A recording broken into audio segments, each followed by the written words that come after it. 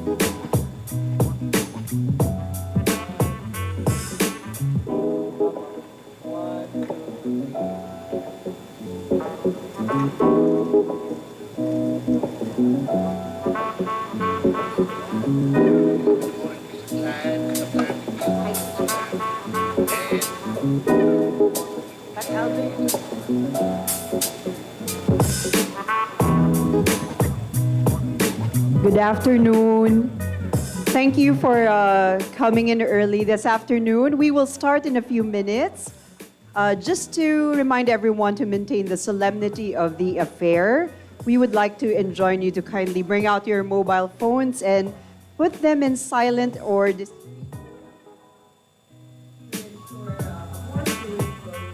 afternoon. Hope you can indulge. Thank you very much. We start in a few minutes. Thank you for your patience as well.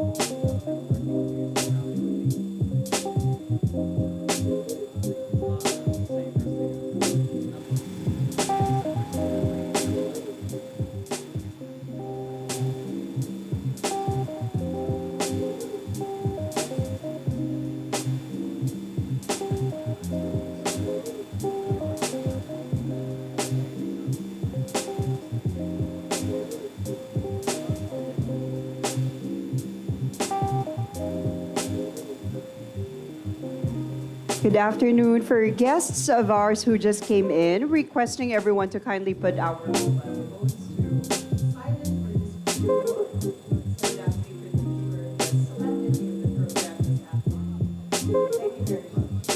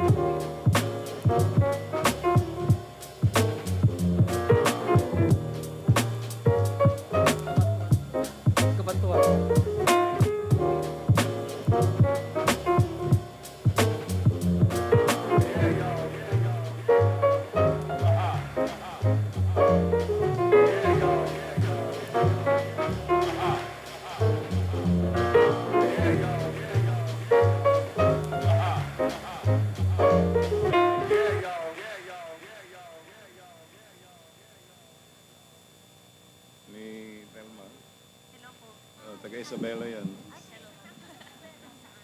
Kawayan po. Taga Isabela.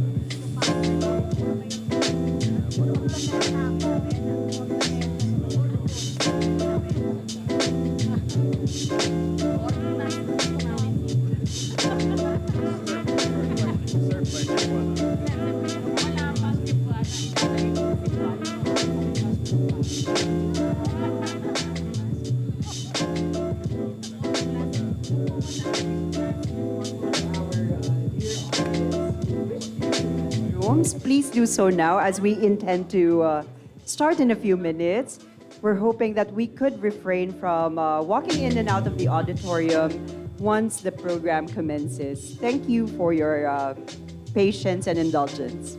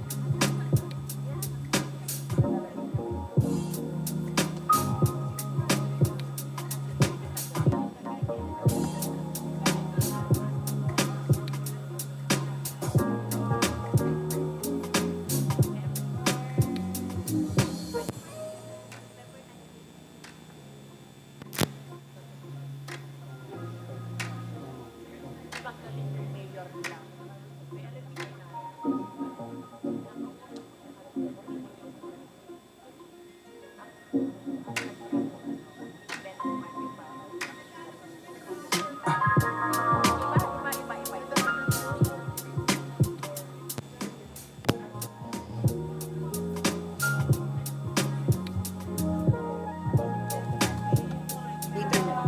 Later na lang, sir.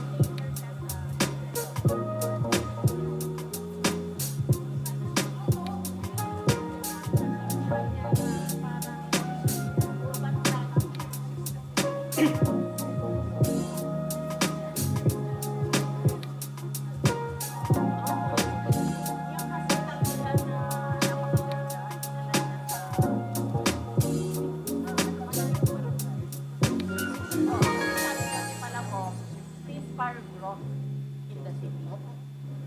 Ilagay niyo doon sa malayong barangay.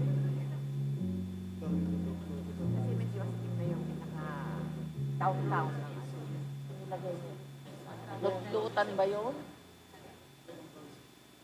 Ikikot ko yun.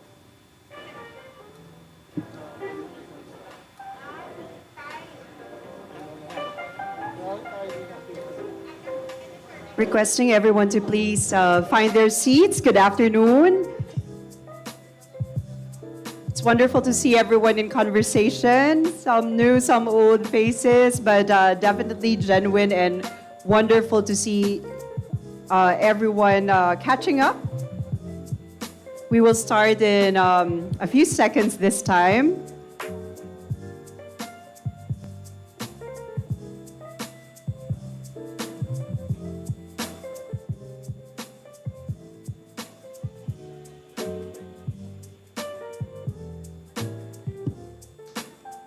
Thank you. Hope everyone's found a seat to be comfortable in this afternoon.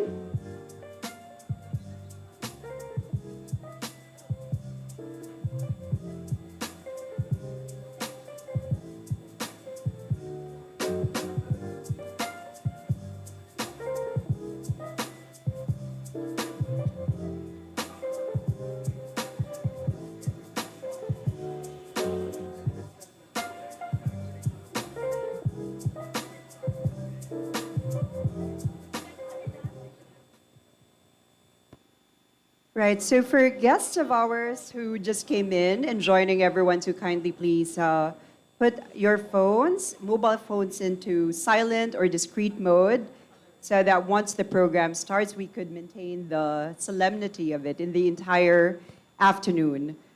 Good afternoon to everyone once again. And it's wonderful to see everyone's presence here in the auditorium, in the University of Makati auditorium. It would be safe to say that once again, we are all part of the history of the University of Makati as we participate in the 2022 University of Makati Professorial Chair Lectures. Formally greeting good afternoon to Ma'am Juvie Hermosura, our University Secretary. And thank you for the applause for those who were starting with it. Yes, we may applaud. To Professor Virgilio B. Tabu, our Vice President for Student Services and Community Development.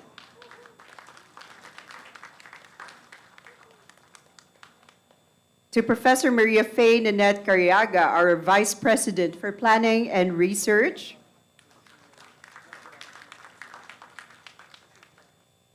To Engineer Luke Ivan B. Morop, Vice President for Finance.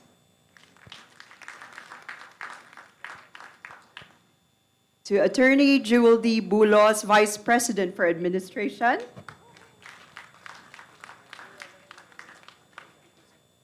To Professor Ederson D.T. Tapia, Vice President for Academic Affairs. To Professor Alexur C. Ramos, President, University of Makati. Good afternoon to our management committee. Of course, to our deans of the colleges. Let's also give them a big round of applause. Directors of offices, faculty, administration, esteemed guests, and representatives of both awardees and recipients, good afternoon.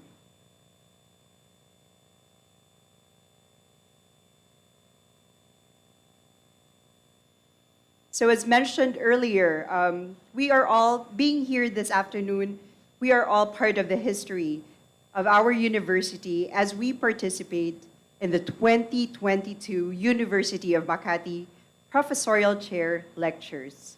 Let us begin the afternoon through the help of the divine. May we all rise for the invocation. This will be followed by the Philippine National Anthem and the University of Makati hymn.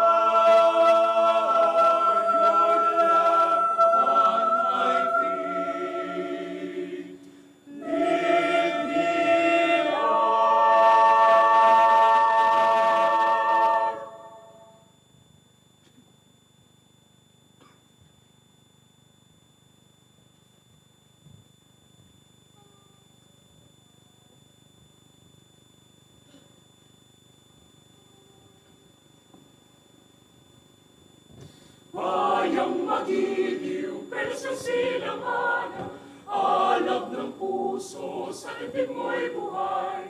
Lupang hinilang, tuwil ka ng magiging, sa manlulupi, di ka pasisingin, sa dagat at bundok, sa simoy at sa langit mong bagaw, may dilagang tulad, awit sa paglayang minamahal, ang isap ng watawat, may tagumpay na nagdidingding, ang bituin at araw niya kailan pang may di magdidilim, lupa ng araw ng buwan, ating pagsinta mo'y langit sa piling mo.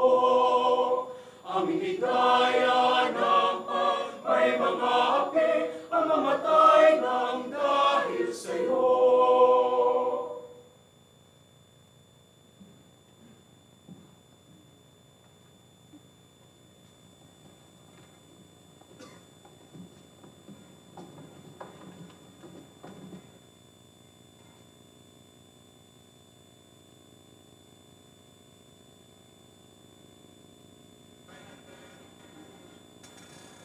Please be seated.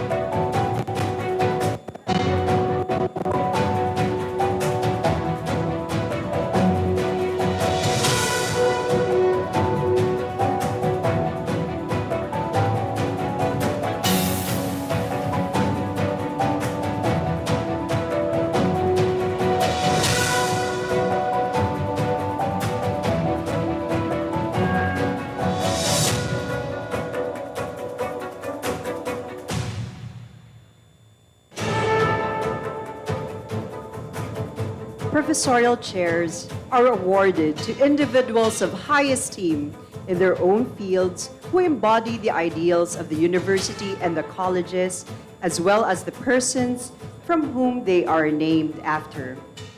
As the university continues to remember who it is for and whom we serve, we push the envelope for excellence as we embrace advancing outward. The university is more open to and engaged with the world now more than ever. Part and parcel of this engagement to the world would also be increased opportunities to show that indeed we are becoming a powerhouse for research. It is on this note that I call Professor Alexor C. Ramos, President of the University of Makati, to welcome everyone this afternoon.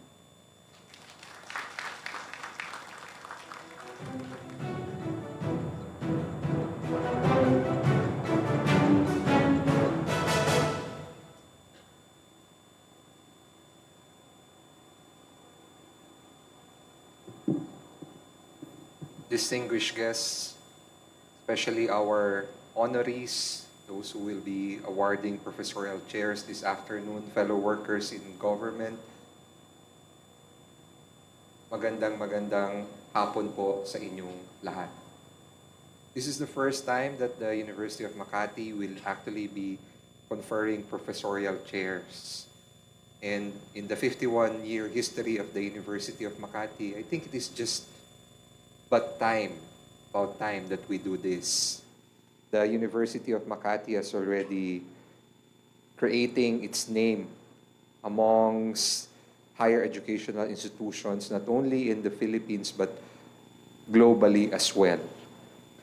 Just yesterday, the entire university was in euphoria, the university being ranked #1 amongst law schools in the Philippines, with the highest passing percentage in the recently concluded bar examinations. Ngayong hapon pong ito, minarapat po ng University of Makati na pakinggan natin yung ating bibigyang pagpugay ngayong hapong ito. The 4 professorial chairs are named after individuals and institutions that have actually been a part of the university in one way or the other, especially in nation building. The professorial chair for business will be named after the Louis Family Foundation, which has been a long-time partner of the University of Makati. The professorial chair for health will be named after the late Senator Juan Flavier, who has actually been the prime mover of the Doctor to the Barrios, which is actually what the University of Makati's health program is actually known for. Okay. The professorial chair for governance will be named after the late Senator Aquilino Pimentel, who was also a part of the University of Makati and the father of the local government code. And of course, the professorial chair for education will be named after no less than the former president of the University of Makati, Tomas B. Lopez Jr., who is at the forefront and a visionary educator that actually paved the way for what the University of Makati is today. And ngayong hapon pong ito, yung 4 po na bibigyan natin ng parangal, I won't be the one introducing them, no? But we can assure the entire academic community and those who are listening in that this actually underwent a very stringent vetting process. At we can assure everyone na hindi po matatawaran ang galing, ang dunong, ang puso sa pagsisilbi nitong mga taong ito na bibigyan natin ng pagpupugay mamaya, awarding them the distinct title of the University of Makati's professorial chairs. So, in behalf of the city government of Makati and the University of Makati, I would like to welcome everyone in the first ever public lecture series of the professorial chairs of the University of Makati. Mabuhay po tayong lahat.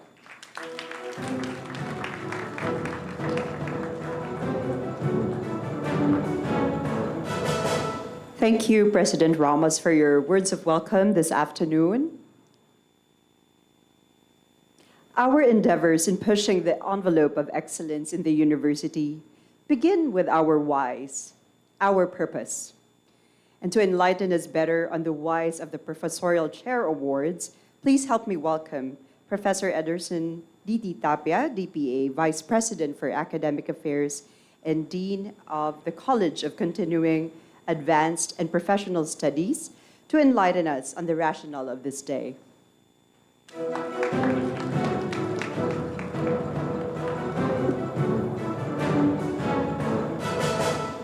Thank you for the musical introduction.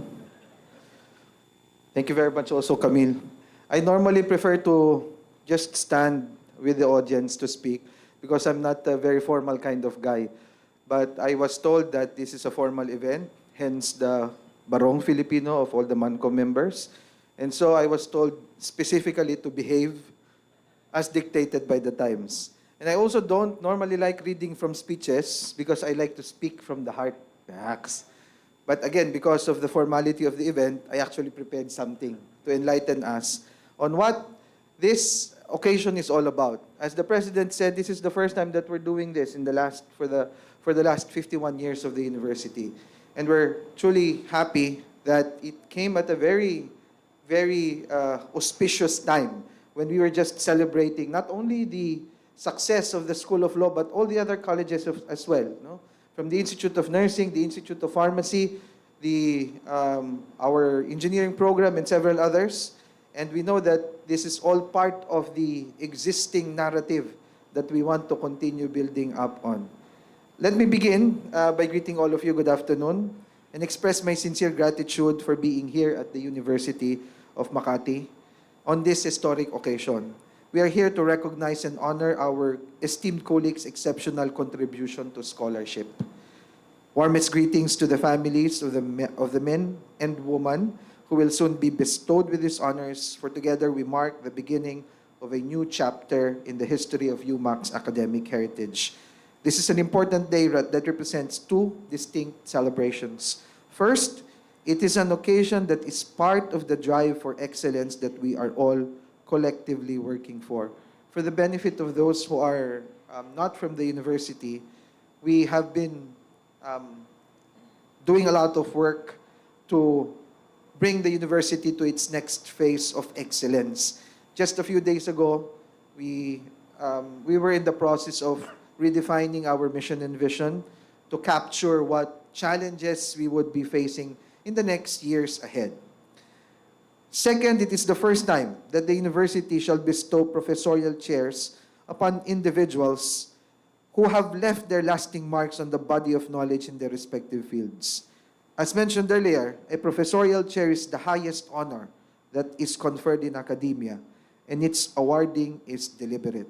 It is the result of a rigorous and discriminating selection process that aims to find those whose contributions to their respective professions and disciplines have not only transformed but also greatly expanded the boundaries of knowledge. It is also fitting that the 4 professorial chairs established by the university way back in 2022 were named after individuals in an organization whose dedication to their respective fields and endeavors have left an indelible mark that continues to inspire us. Senate President Aquilino Q. Pimentel Jr., whom we all fondly call Tatay Nene, was at one point a distinguished professor of local governance here at the University of Makati. The advances that local governments like Makati have reached are due in large part to his lifelong commitment to democratizing governance and transferring power back to the people. Professor Tomas B. Lopez Jr., or TBL, was UMak's longest-serving president. His groundbreaking ideas on education and pedagogy have contributed immensely to changing the landscape of education in the country. Senator Juan Flavier, the small but terrible champion of public health, dramatically redefined the concept of public service through his Doctor to the Barrios program and his sterling service in the Department of Health and the halls of the Senate. And the Cebuano Lovelier Foundation has been a long-time partner of the university in helping realize the dreams of underprivileged students. Today, it is responsible for scholarships and other grants awarded to many students in the university. I'm also privileged to share with you the rationale behind the selection of the 4 distinguished academics to receive professorial chair endowments, although they will be formally introduced later. Professor Emeritus Alex B. Brillantes is the recipient of the Aquilino Q. Pimentel Jr. Professorial Chair in Governance, an honor bestowed upon a scholar whose prominence in the field of governance is nothing short of extraordinary. Professor Emeritus Brillantes has carefully cultivated a career characterized by a diligent search for knowledge, innovative research projects, and a steadfast dedication to advancing public service. His extensive contributions to the discourse on governance, as demonstrated by his writings, make him the country's foremost expert in public administration and governance. Moving on to the Tomas B. Lopez Jr. Professorial Chair in Education, we have Professor Dalisay G. Browner as a deserving recipient. Professor Browner's body of work demonstrates an unwavering commitment to improving the state of education in the country. Her research endeavors, creative teaching strategies, and perceptive community involvement combine to create a model of an outstanding educator. By awarding Professor Browner this esteemed chair, we honor her contributions as a dedicated academic who uplifts both teachers and students inside the sacred halls of academia. Dr. Joseph Lim is the distinguished holder of the Juan Flavier Professorial Chair in Public Health. His endeavors in the field of public health and dentistry have had a transformational effect on the field, as demonstrated by his innovative research projects and long career. Dr. Lim's unwavering dedication to improving healthcare procedures makes him a model in the field of public health studies. We also honor Dr. Oscar Toralba with the Cebuano Lovelier Foundation Professorial Chair in Business. Dr. Toralba is a distinguished academic whose significant contributions have had a lasting impact in the field of business studies. He is regarded as a luminary in the field of business due to his unrelenting dedication to knowledge and the advancement of praxis. In closing, our event this afternoon is a testament to the University of Makati's steadfast dedication to academic excellence. It is a purposeful commitment to the present, a somber investment in the intellectual future, and a heartfelt tribute to the past. I hope that the contributions of those who will present their papers today and for whom the chairs are named after will always shine brightly, guiding future generations of scholars. Thank you very much and good afternoon.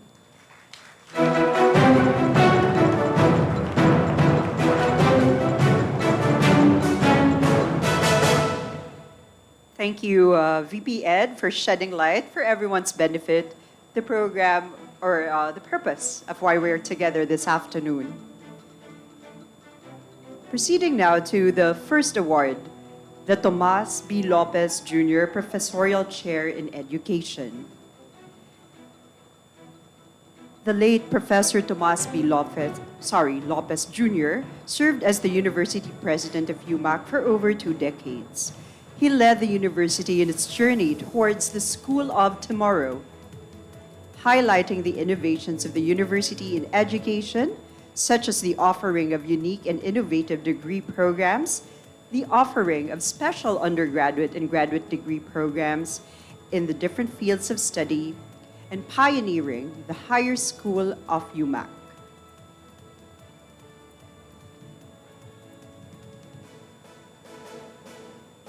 To help us introduce the awardee,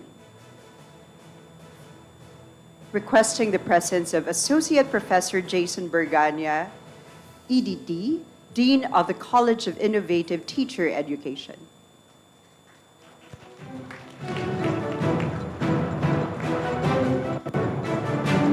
Good afternoon. Our first presenter is currently the President of the University of Makati Educational Foundation Incorporated. She served as the Vice President for Academic Affairs at the University of Makati until she retired. Among the many positions she assumed in many other universities were University President, Vice President for Academic Affairs, Dean, Associate Research Director, Assistant for Educational Programs, Consultant, Professor, to name a few. Despite her long years of service as a seasoned academician and educational leader, she still actively facilitates classes and lectures and advises graduate students in different universities on education and research. She has also authored a number of books in the field of education. She was international president of the World Council for Curriculum and Instruction and many other local professional educational organizations. She served as a technical panel member of the Commission on Higher Education in different committees and executive director of the Association of Local Colleges and Universities of the Philippines. Our presenter was a postgraduate fellow in research and teaching in the University of Nebraska in the United States. She completed her bachelor's degree in education from St. Mary's University, her master's in education degree from De La Salle University, and her Doctor of Education major in educational administration from the Philippine Normal University. Ladies and gentlemen, I am honored and humbled to introduce to you all the recipient of the University of Makati 2022 Tomas B. Lopez Jr. Professorial Chair in Education, my mentor and advisor. Let us all welcome Professor Dalisay G. Bronner.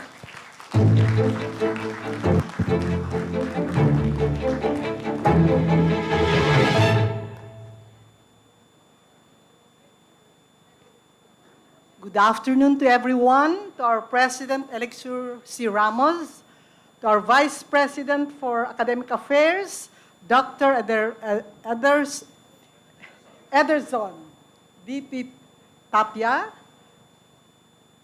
our Vice President for Administration, Attorney Jewel Bulos, our Vice President for Research and Planning, Dr. Mary Faye Carriaga, our Vice President for Finance, Engineer Ivan Luke Muro, and also our Vice President for Student Services and Development, VP Hill Tapia, and of course, I'm sorry, VP Hill, because he's seated close to my Vice President for Academic Affairs, VP Hill Tabu, and of course, our University Secretary, Professor Jovi Hermosura. Okay? To our administrators, faculty, friends, ladies and gentlemen.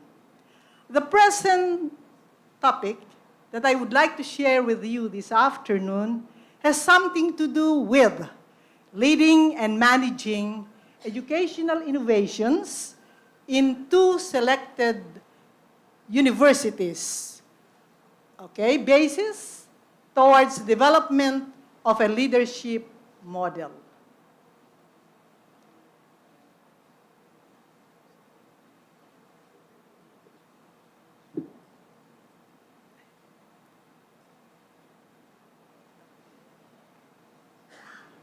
Okay, let me give you a flashback. The context, the COVID-19 pandemic episode and its impact to humanity, particularly in the field of education. According to Bert Wolff, as published in the World Economic Forum, according to him, the lockdown in 2019 has created repercussions in the economic field, in the social field, also in the other spheres of existence, as well as in the field of education. According to the United Nations report, it has created a 2 trillion,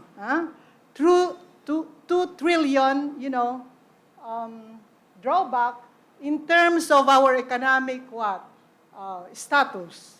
And out of that, 220 billion, it has really affected the economic conditions of Of countries all over the world. Thus, this kind of event, therefore, has affected the lifestyles of people. There was physical distancing, there was paralyzation of, the business sector, as well as in the field of education.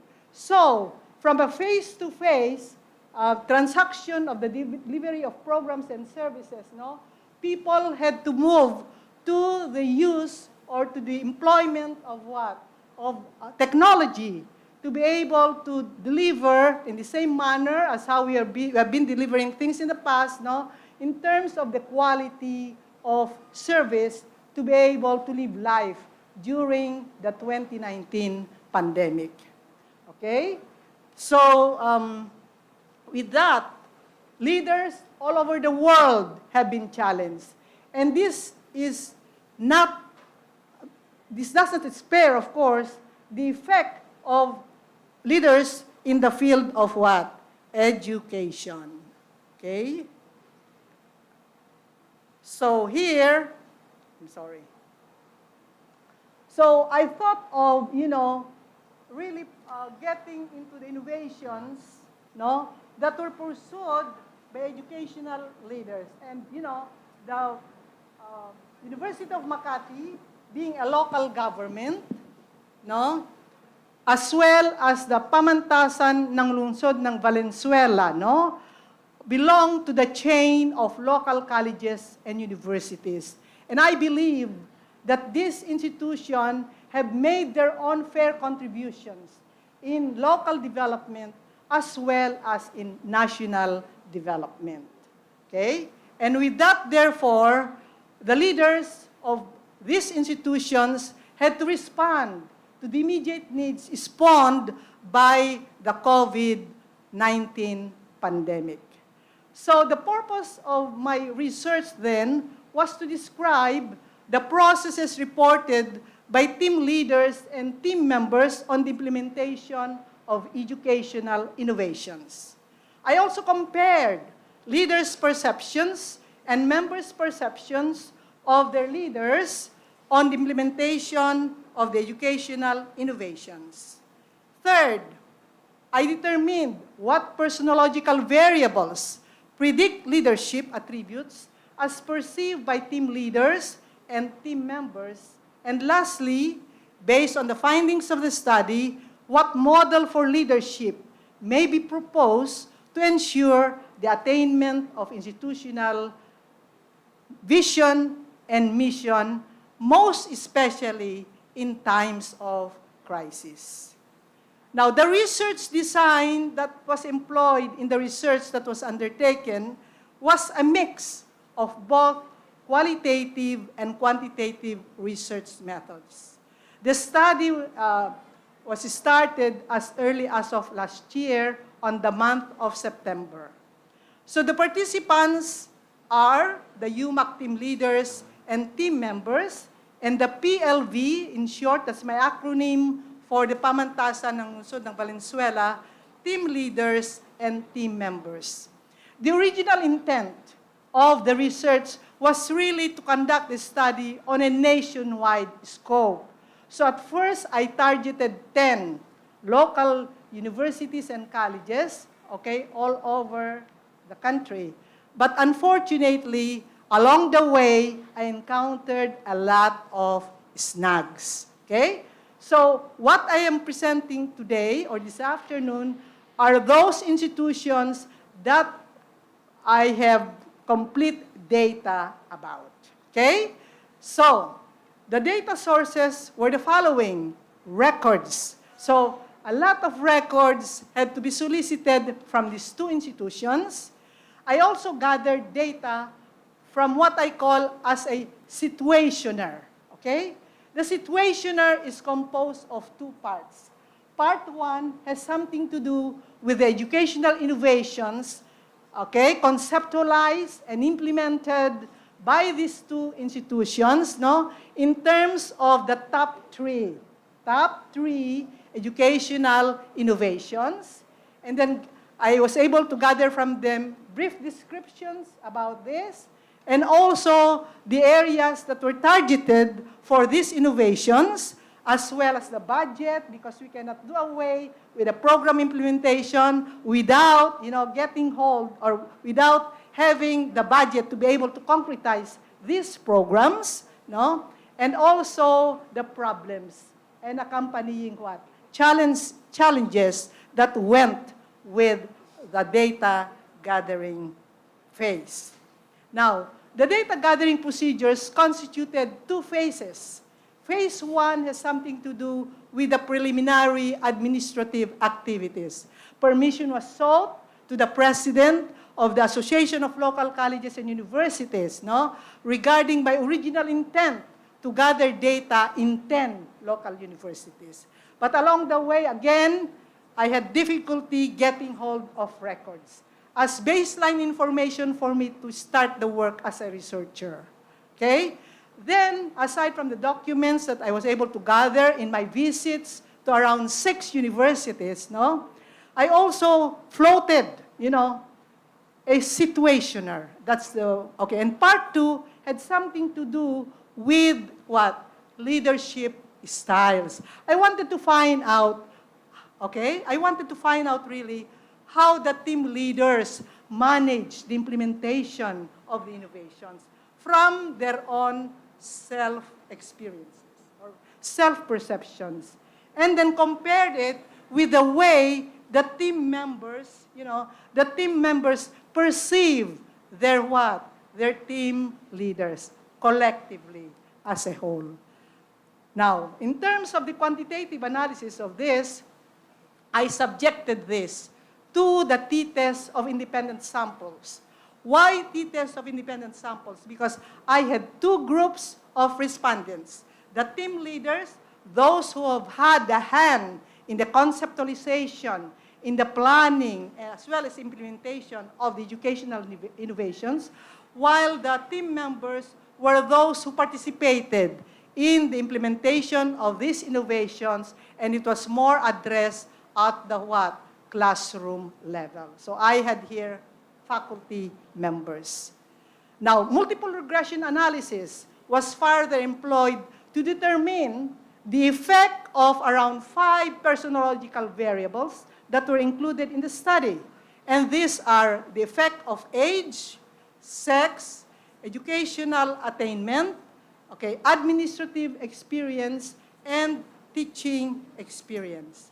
And to be able to bridge the gaps, no, that I was able to observe and gather from the data that I was able to source out, no, thematic analysis was employed through the use of what? Of the focus group discussion. And I would like to, extend my appreciation to the team members who have helped me out, no, in the names of the Dean of the College of, Innovative Teacher Education, Dr. Berganya, as well as one of his program heads, no, Professor David Ison, who helped me in the recording of the what? Focus group discussion.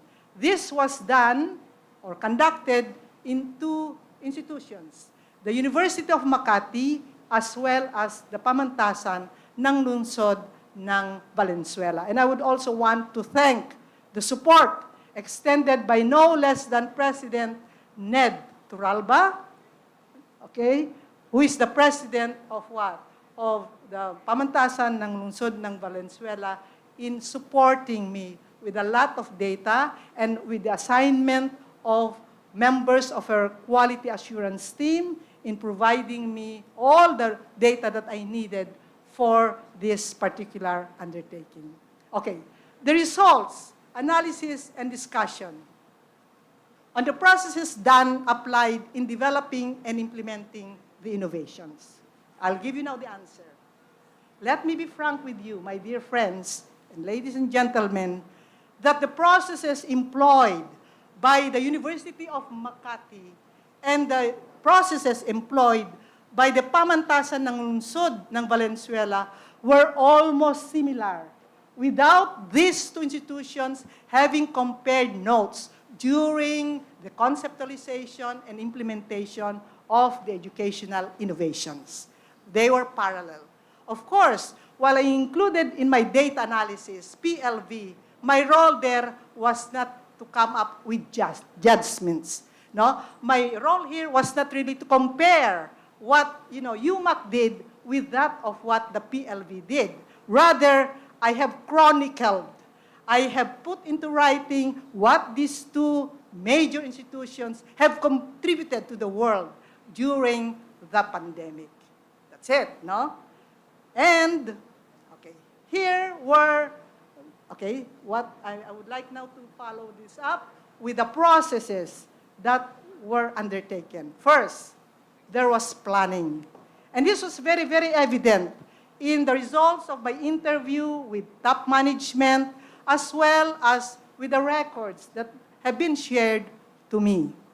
The rational and context policy was designed, and that also transpired at PLV. Okay, there was an extensive study of memorandum orders or memoranda orders and other issuances, not only from those memos that came from the CHED, but as well as with the other instrumentalities, other agencies, to be able to accompany the delivery of these curricular innovations, for us to be able to safeguard the physical health and well-being of all the stakeholders in the university as well as in PLV. The second one has something to do with enhancing the existing organizational structure for implementing the innovation. Here in our university, the TBL was institutionalized as early as on September 2020. Okay? And the TBL Hub was purposely organized in honor of the late President Tomas B. Lopez Jr. Why? Why?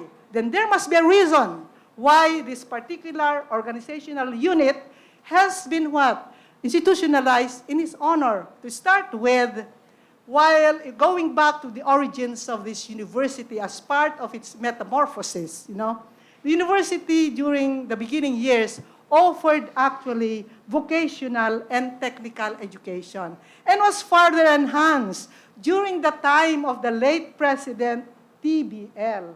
And as early as the point in time in our existence here in the university, he had always been bagging on what? The advancement of technology in the delivery of our what? Teaching, learning processes. In other words, he was a visionary, and probably this was because of his what? Orientation in the field.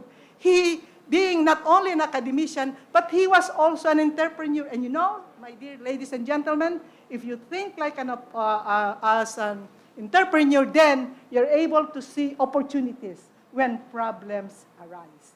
And I think his exposure also in business. So getting back to his profile with our previous president, he had a broad base of orientation. So he knew how these, forces would really affect the directions of an educational institution. And I think he really planted the seeds, of what? Technology in the university. Okay? Now, with regard to Valenzuela, what they did was to enhance, To enhance their what? Their technology capability. So they also had to buy additional facilities and equipment. So they also had to install additional hardware, and also they had to procure softwares. So accompanying the procurement, of hardware and software would be the what? The offering of trainings, on the use of what? Technology for teaching and learning. And therefore, there was a shift, there was a transition being observed in these two institutions from face-to-face, but of course, even prior to the pandemic, I can still vividly recall that the College of Allied Health Sciences, was already using the Moodle, in the delivery of instruction. So there was already an awareness towards this direction. Now, aside from that, the university also ventured, both universities, I'm referring to UMak and PLV, both universities have also gone into what? Materials development, with the use of what? Technology, Now, in terms of the curriculum development, as a process, there was an extensive review of the outcomes-based teaching learning plans and the streamlining of competencies, pedagogies, and materials, As per CMO number 40, series of 2020, together with the other CMO that had something to do with the delivery of student services and programs. And the other one would be on what? The delivery of our curricular content. Now, at the PLV, they also went into needs assessment. Just like what we did here, there was an extensive review of the existing facilities, existing hardwares and softwares, in the university. And so this was further what? Also done at the pamantasan ng lungsod ng Valenzuela. In terms of, they went into instructional materials format selection, objectives formulation, themes and text selection, content selection and sequence, script writing, illustrations, which we also did in the University of what? Of Makati, Now, the process of implementing the modules, the innovations, we adopted the Moodle learning management system, while at the PLV, it was the Canvas. Now, implementation of the curriculum, there was actual use of instructional materials.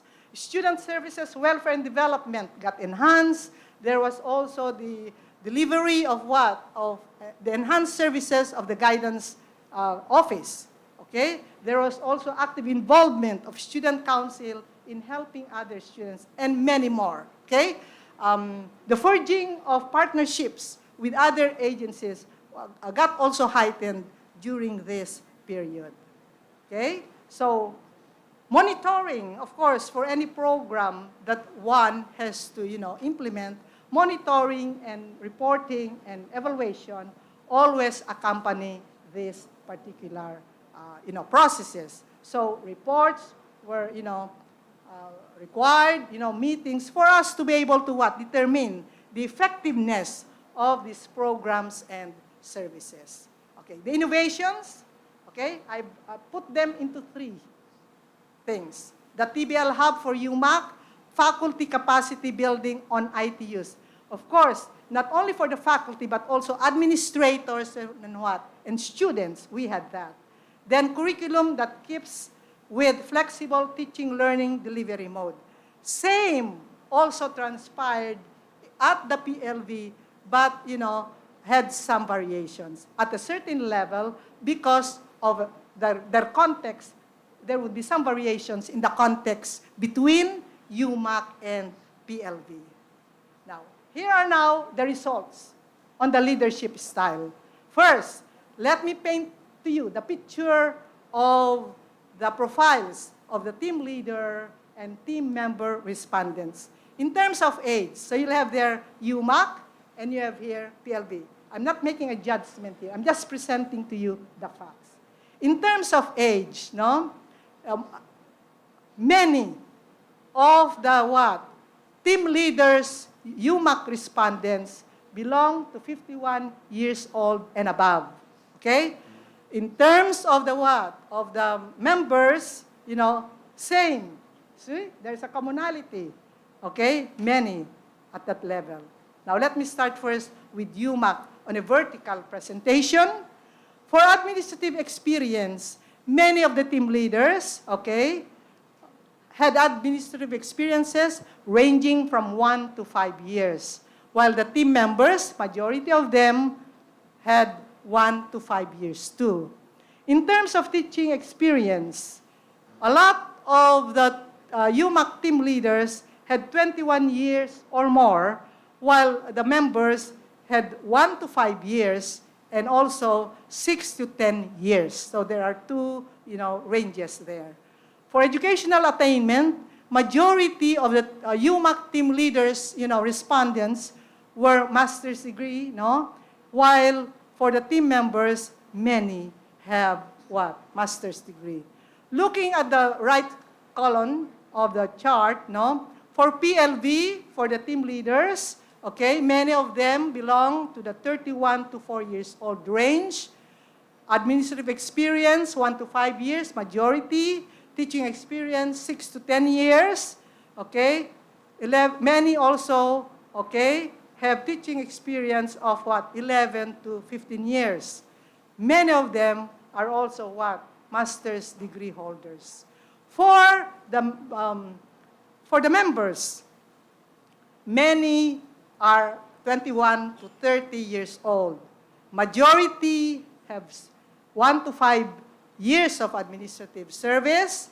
Many have 11 to 15 years teaching experience, and majority are bachelor's degree, but actually I classify them as bachelor's because of the non-completion of the MA degree. A lot of them are on the finishing line already. Okay, now, I compared the team leaders' perceptions and team members' perceptions of their leaders on the implementation of the educational innovations. The leadership attributes now, these are now the behavioral indicators, clustered under its leadership style. So, based on this chart that you're able to see, or table that you're able to see, I've numbered them.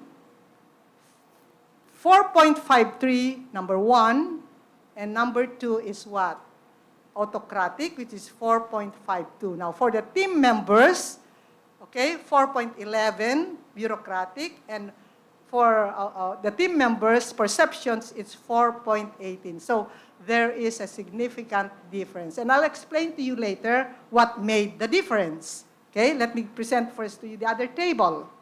Okay, this is a continuation of the different leadership styles. Okay, So the other one, that ranked second, based on the mean results, would be servant leadership for the team leaders, and the third, running to on the third, would be the team members classified as what? Democratic or participative. Okay? So there was a significant what? Difference in the perceptions of the team leaders and team members for the UMak community. Why? By visual inspection, I saw really that the team leaders' self-perceptions appeared to be higher, of course, because they're the implementers of these innovations, compared to the perceptions of the team members. Or could it be that the perceptions of the team members may be attributed to the seemingly an awareness of the technical knowledge of what leadership is all about? It could be that. Okay? Now, so that's it.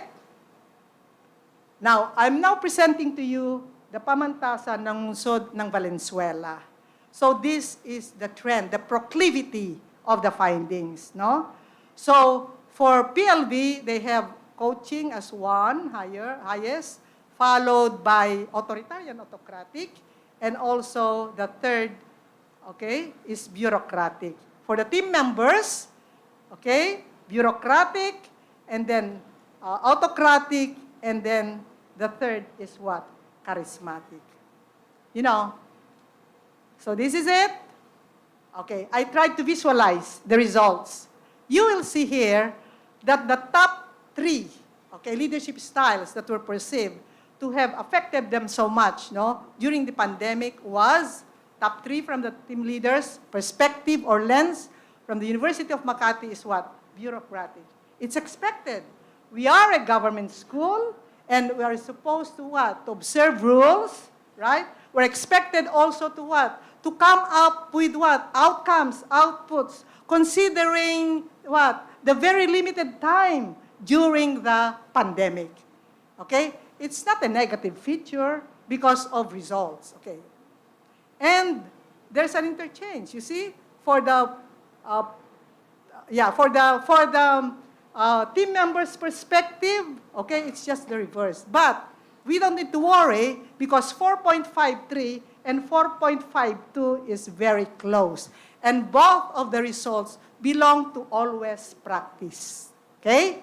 For the team members, here, the same. Bureaucratic is there from the lens of the team leaders and is also present among the what?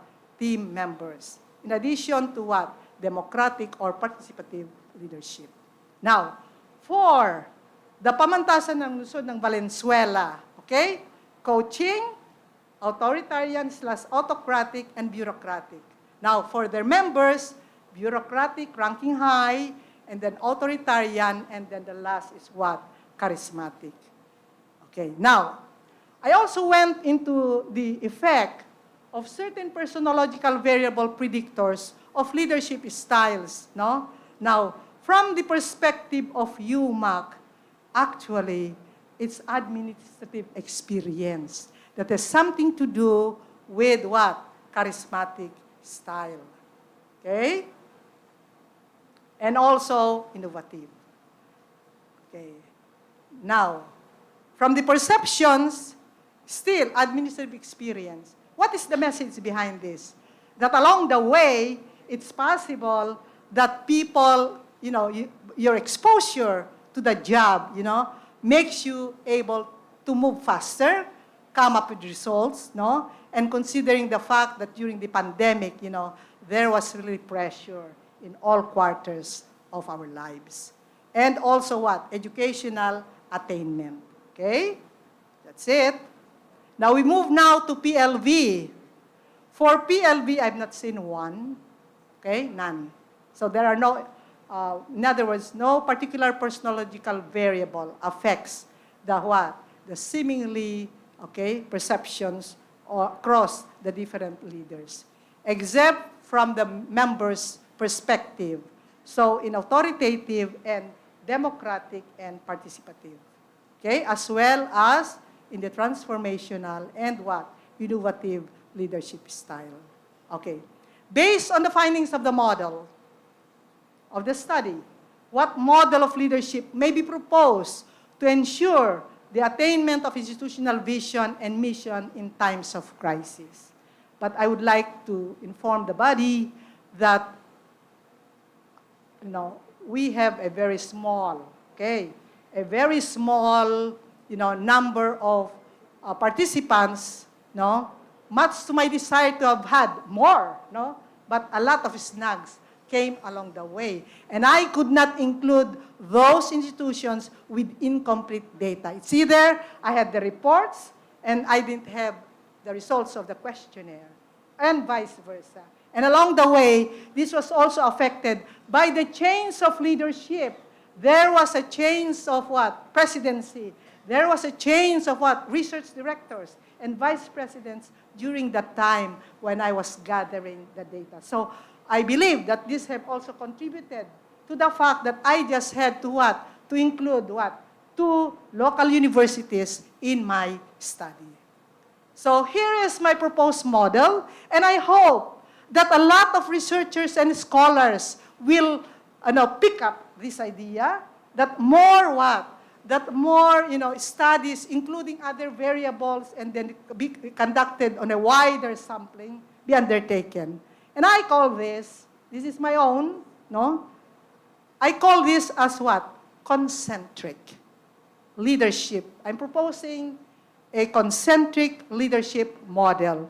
Now, this is database. This is based on the findings of the study. So, here we are. You might be, wondering what are those letters there? Those letters there, the arcs there would typify the leadership style. And all of these leadership styles were either often practiced or what? Always practiced. So which means to say that in times of crisis especially, at this period in time, we really expect the leader to be flexible, depending upon the context that he is in. Let me start. And you'll see that the arcs are not connected. Why? I have provided a space to be able to provide room for flexibility. In other words, at one point in time, you can be autocratic. At one point in time, you can be what? Democratic, or a combination of any of these leadership styles, and not to view the leadership style on a what? Straitjacket frame of interpretation. So it means to say that a concentric model would, I'm using here arcs, yung mga ganyan, arcs, but they congregate on the same center. And the center here is the context. In other words, the institution where you are in, the kinds of people that you deal with, the kinds of materials that you have, that is what I mean by context. Now, conclusion. The conclusion, the basic characteristic really of, the basic characteristic really during the pandemic was really the what? The limitation of time, because physical distancing had to be observed by everyone. Here's my conclusion. The COVID-19 was an unanticipated event, which was worldwide, which created gaps, and needed attention, immediate attention, to be addressed by educational leaders in the attainment of the students' what? Knowledge, skills, and attitudes. In the context of the UMak and PLV, there was a clear demonstration of leadership support by the LGUs concerned and by the institutional leaders. The budgets that were provided forth were never decreased. And as the years went along, it actually was increasing. See? It was unlike in other institutions. So I heard that there was a decrease of the budget, most especially during the what? Pandemic. In response to the given situation, the UMak and the PLV developed a framework as a response to the guidelines set by the local government, by the CHED, among other instrumentalities. According to David Giddon and William Rothwell in their article, Innovative Leadership, okay, as published in the Scopus citation in 2018, there are two types of innovations. The first is what they call as what? They call it as exploratory innovation. And that is addressed towards the generation of new ideas. The second type of innovation is value-added innovation, which involve a modification or a renewal, okay, of ideas in the past. Okay? So both types were adopted by UMak and PLV. The framework that was developed by both institutions set the directions of educational innovations in terms of the following tasks: needs assessment, new structures were reviewed and organized, there was policy review, curricular review, redevelopment, additional linkages were forged too. So, in general, the UMak and the PLV were methodical in their approach in the delivery of the educational process. Okay?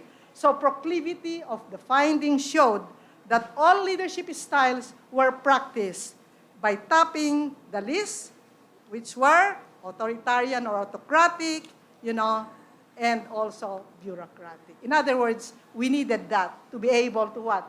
Generate results, given all the limitations during the time. And the last, okay, the limitations. And when I talk of limitations, because of the lack of time, of course, people had to what? To create, no? People had to what? To refer to other people for new ideas or the modification of ideas. So that, in a nutshell, my dear friends, are my what? Are my findings as far as the process of leading and managing educational innovations, okay, in times of what? Crisis. Thank you very much.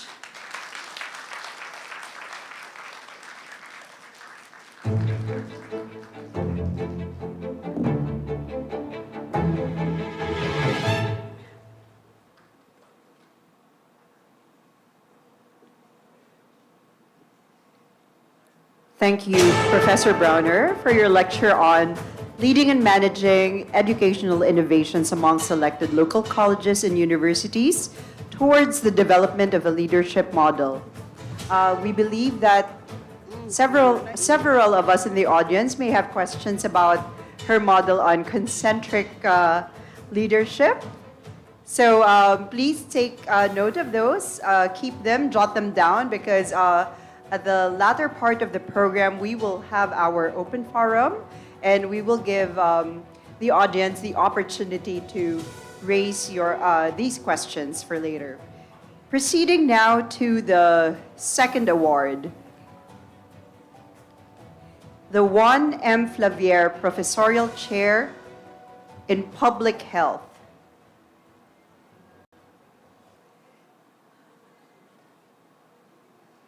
The late Juan M. Flavier, a former Secretary of Health and Senator, graduated from the University of the Philippines with a medical degree and a master's degree in public health from Johns Hopkins University. As a Secretary of Health, he spearheaded a number of health initiatives, including Oplan Alis disease, Contra Cholera, Stop TB, Araw ng Sangkap Pinoy, Family Planning, and Doctor to the Barrios. He also wrote and sponsored the Traditional Medicine Act, the Poverty Alleviation Act, the Clean Air Act, and the Indigenous Peoples Act as a lawmaker. To introduce for us the awardee for the 2022 Juan M. Flavier Professorial Chair, may I request the help of Associate Professor Mina Marie D.C. Nerona, RRT, MSRT, Dean of the Institute of Imaging Health Sciences.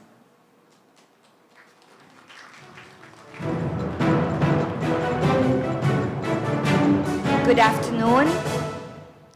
It is my distinct pleasure to introduce our recipient of 1M Flavier Award, a dedicated advocate and expert in the field of health with a profound commitment to improving the well-being of communities and individuals.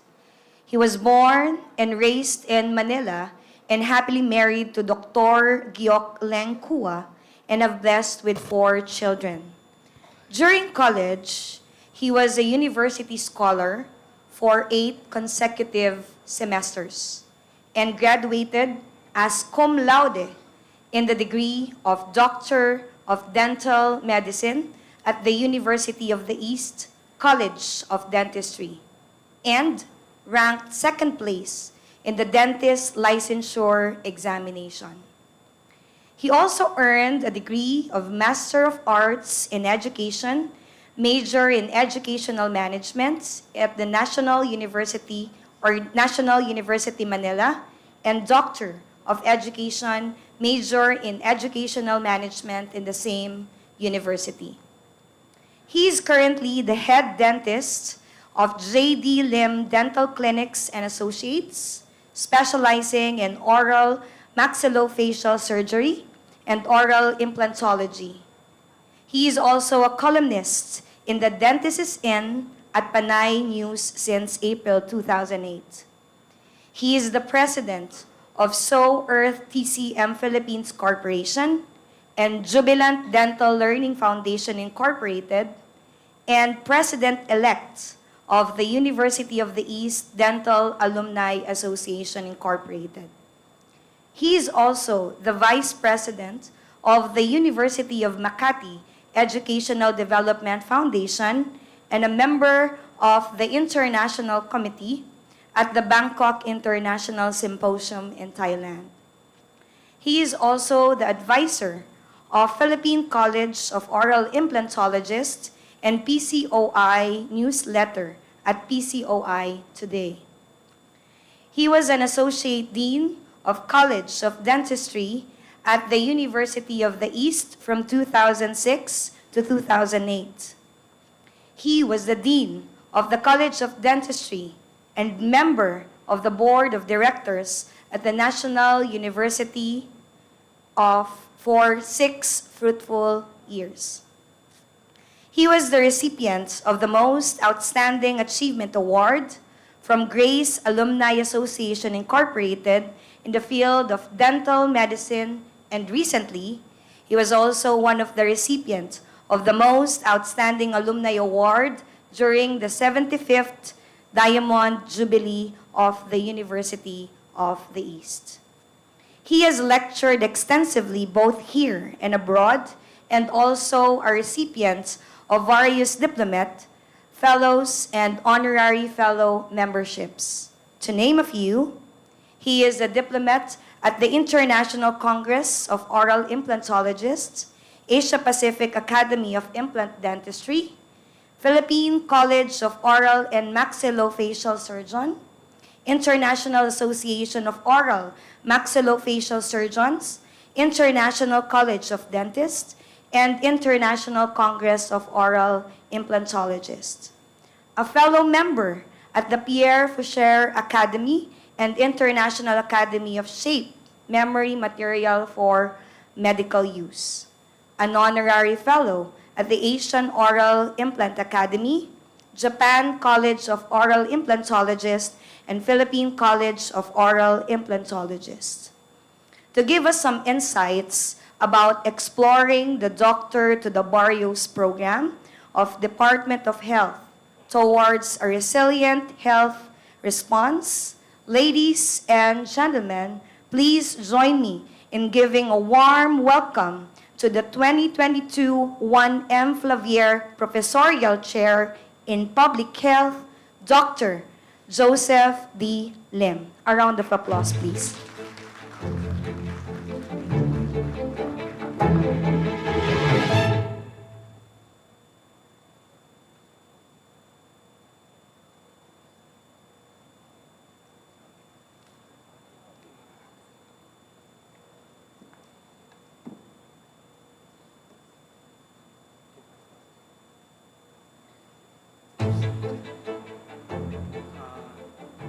Good afternoon po. Yes, and thank you very much for your very kind introduction. President-elect Sir Ramos, Dean and Vice President for Academic Affairs, Ederson Tapia, distinguished deans, distinguished faculty of the University of Makati, fellow students, friends, ladies and gentlemen. Today, I'm really very pleased and very honored to be with you to talk about exploring the Doctor to the Barrios program of the Department of Health towards a resilient health response. I hope that in today's lecture, I can share with you what little I know of the late Senator Juan Flaver, who was responsible for this program. I hope we can sit back and learn together and reminisce about the life and works of this great senator who is somebody that deserves our love and our respect. When I learned that okay,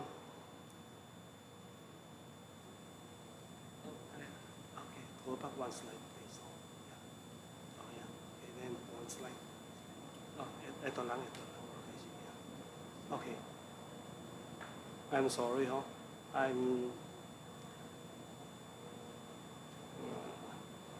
Okay. Yeah. I'm not very computer literate, I'm sorry, huh? Okay, huh? So, when I learned that I was nominated for the Professorial Chair in Public Health, I was deeply grateful and humbled by this privilege. The very first thing I did was to try to learn more about Senator Flavier by going to the bookstores, and I was fortunate enough to come across 4 of his books. My Friends in the Barrios, which was published in 1974, Back to the Barrios in 1978, and Parables of the Barrios in 1988. These are the books that really gives us an insight into the person and the personality of the late senator.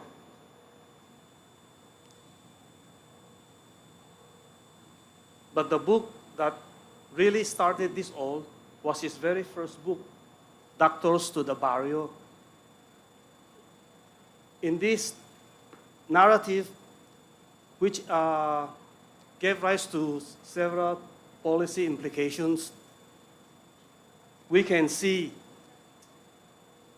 where and how the concept of this the Doctor to the Barrios with our late senator started.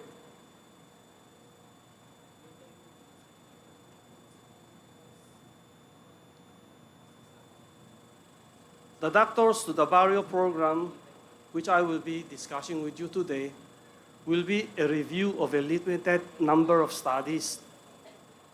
The major challenge here is that many participants in the program do not remain in their places of assignments.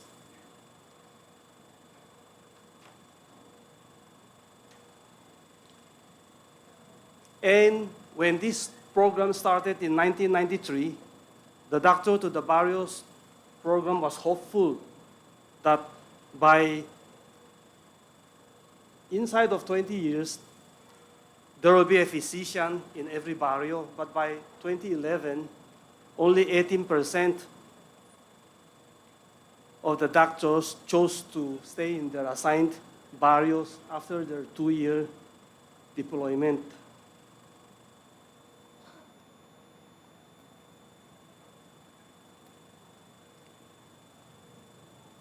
It is now 2023, and the target of one government doctor for every town, previously without a physician, is far from being achieved. We know that the Philippines has the 13th highest population in the world, and we compose 1.41% of the global population. However, the density of physicians in the Philippines is lower than the global density of 16.4. We still have a long way to go, but we are getting there. And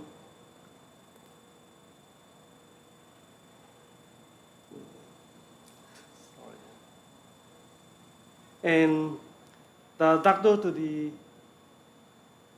Barrio program was successful in deploying doctors and health services to remote areas where previously people die or get sick without seeing a healthcare worker, a nurse, midwife, dentist, let alone a physician.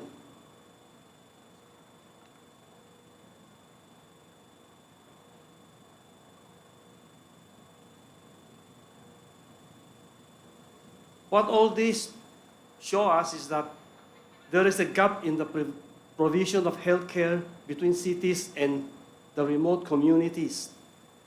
This remains with us today, and it will continue and stay with us into the future.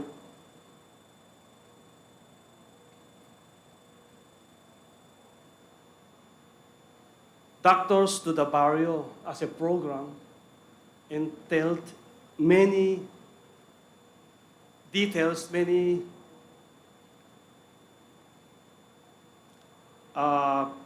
things. And let us now take a look at this program by first taking note of the following. Only 1 out of 10 doctors, dentists, and pharmacists practice in the rural areas where more than half of our population lives. In 2011, there were only 2 physicians per 10,000 Filipinos. In remote areas, there were only 1 physician per 20,000. To address the shortage and maldistribution of healthcare providers, we need to ensure that there will be an equitable distribution of healthcare workers throughout the country. The minimum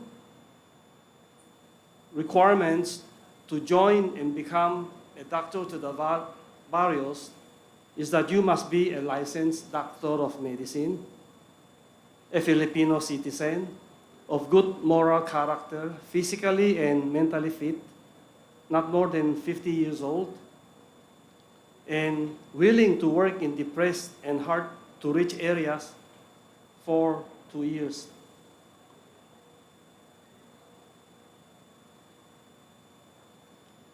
The benefit you get as a doctor to the barrio is you will receive a gross monthly compensation of 90,000 with hazard pay, especially in areas with humanitarian conflict. Additional incentives are scholarships for a master's degree in public management to be provided by the Development Academy of the Philippines and the University of the Philippines in UP Manila.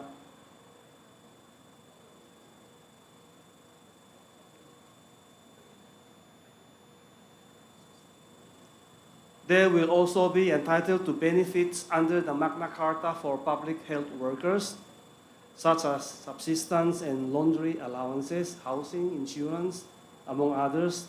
And after their 2-year deployment, they can either practice as an epidemiologist, do public health research, undergo residency training, or remain in their assigned municipality. Of course, the last outcome here will be the most ideal to ensure the continuity of this program.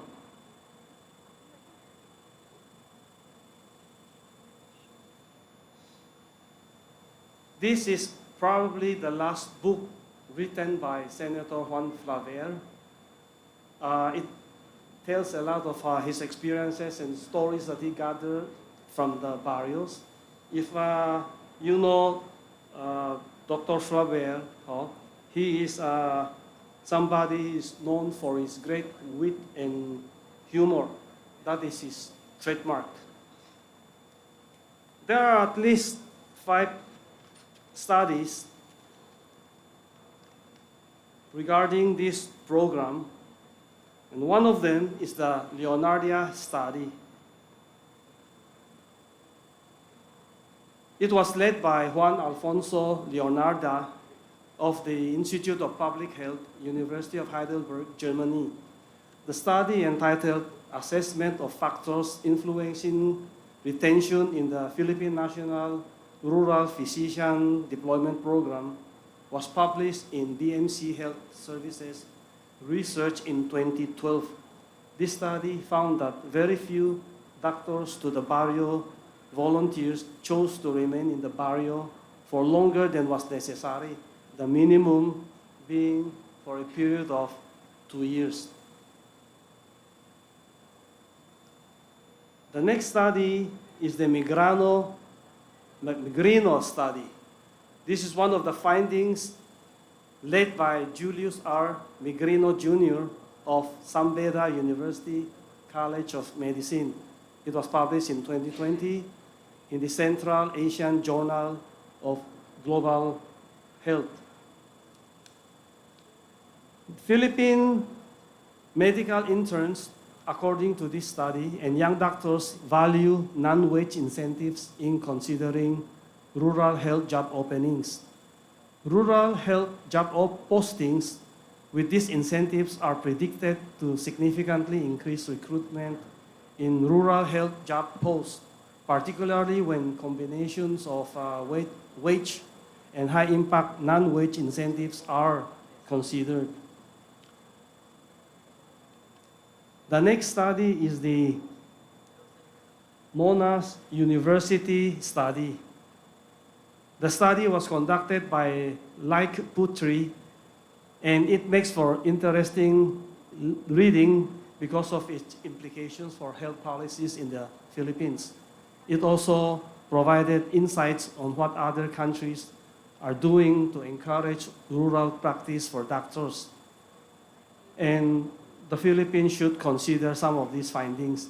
The study found that rural background has a strong association with both rural preference and actual work in most studies. These studies actually covered a review of 20 years of research, and it was published in December 2020 in the Human Resources for Health Journal.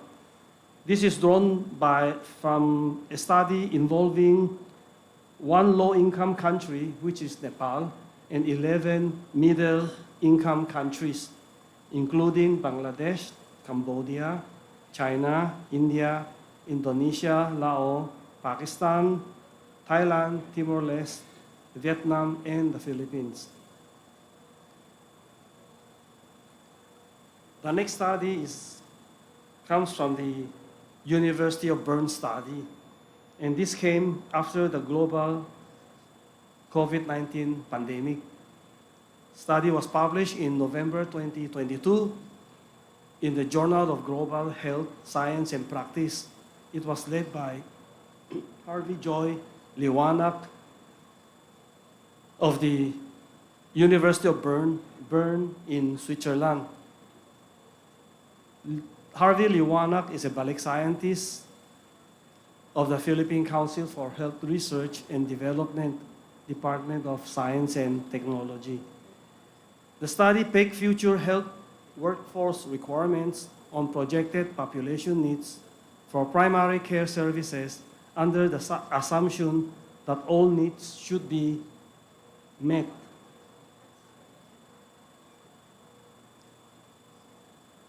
To meet the recommended benchmark density for physicians, future medical school graduates, the study concluded, should increase or accelerate at a rate that would outpace population growth. Then we come to the University of the Philippines Diliman study. This study was led by Regine de Mesa and Jose Rafael Marfori of the UP Philippine General Hospital. It was published in 2023 in the journal BMC Health Services Research. The study concluded that while improving compensation were promising, they were inadequate in offsetting the infrastructure and staffing gaps experienced in disadvantaged areas.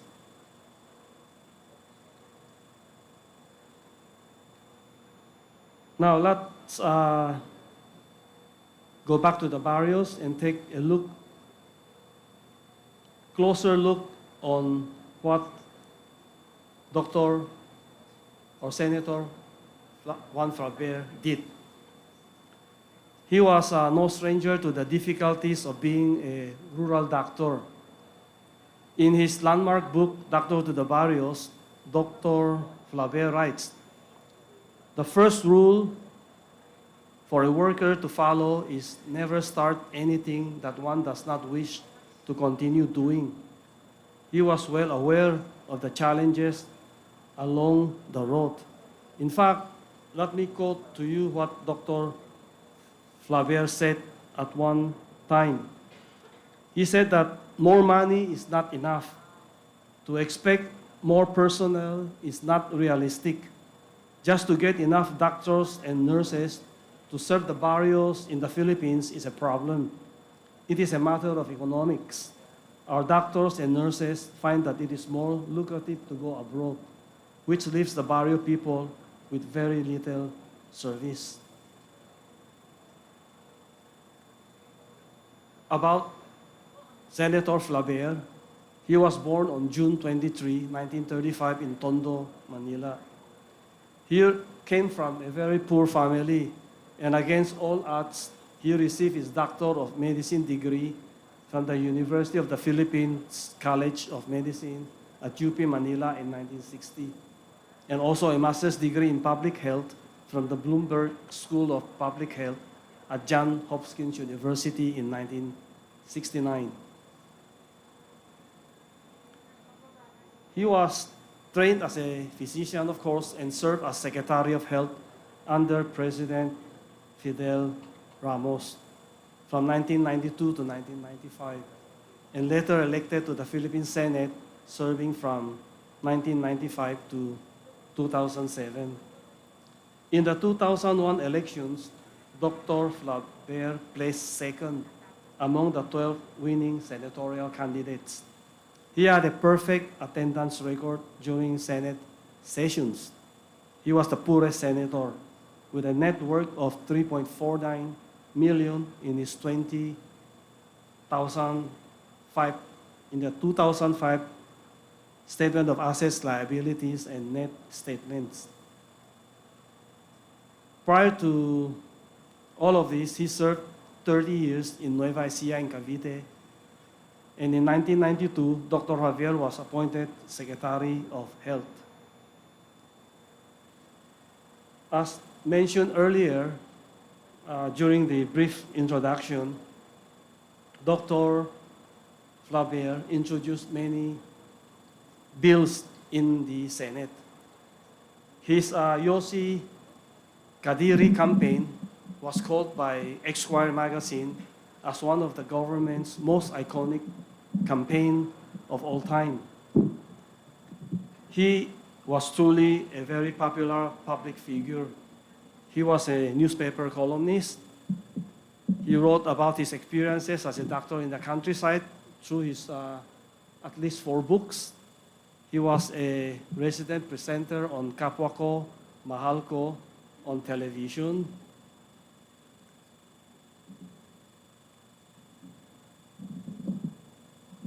Nawala.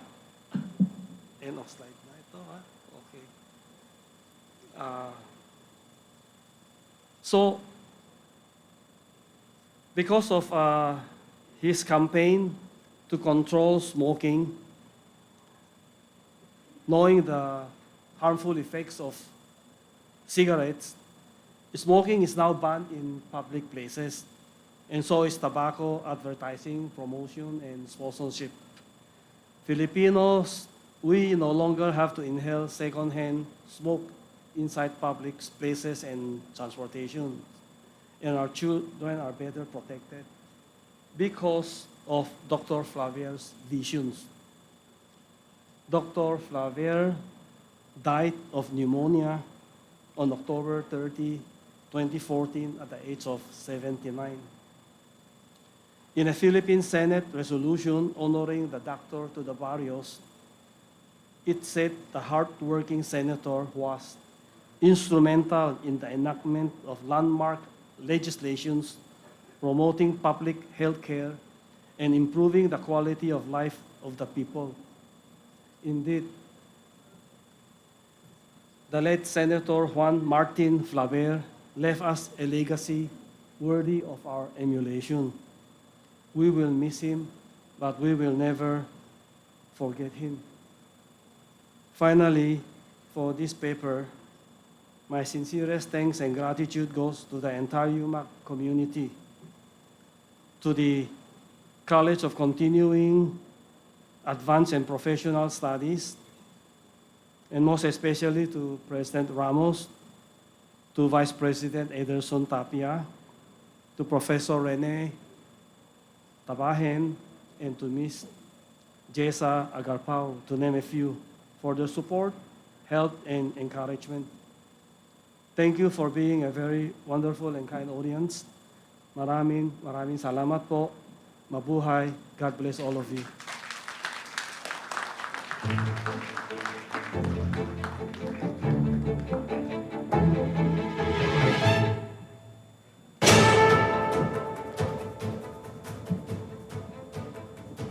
Thank you, Dr. Joseph Lim, for your lecture on exploring the Doctor to the Barrios program of the Department of Health towards a resilient health response.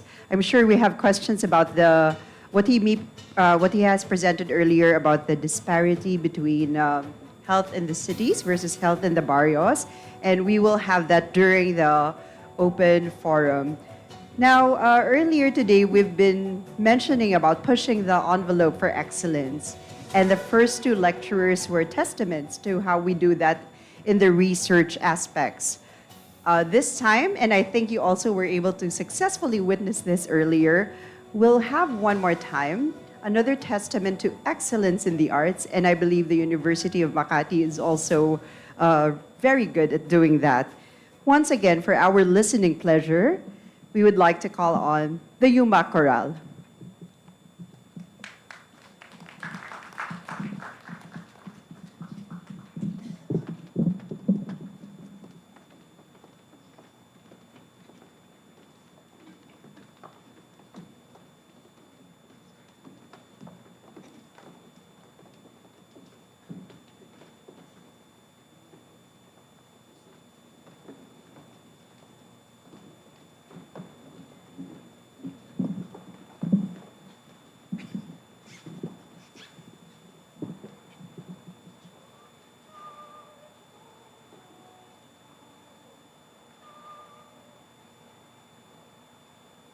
Joy to the world, the Lord has come.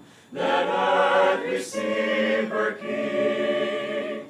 Let every heart prepare him room. And heaven and nature sing. And heaven and nature sing. And heaven and nature sing. Joy to the earth, the Savior reigns. Let man their songs employ. O'er fields and floods, rocks, hills and plains, repeat the sounding joy, the sounding joy, repeat the sounding joy, repeat the sounding joy. Joy to the world, the Lord has come. Let earth receive her King. Let every heart prepare him room. And heaven and nature heaven the nature sing, in heaven the nature sing, and heaven and nature sing. Joy to the world, joy to the world, joy, joy, joy.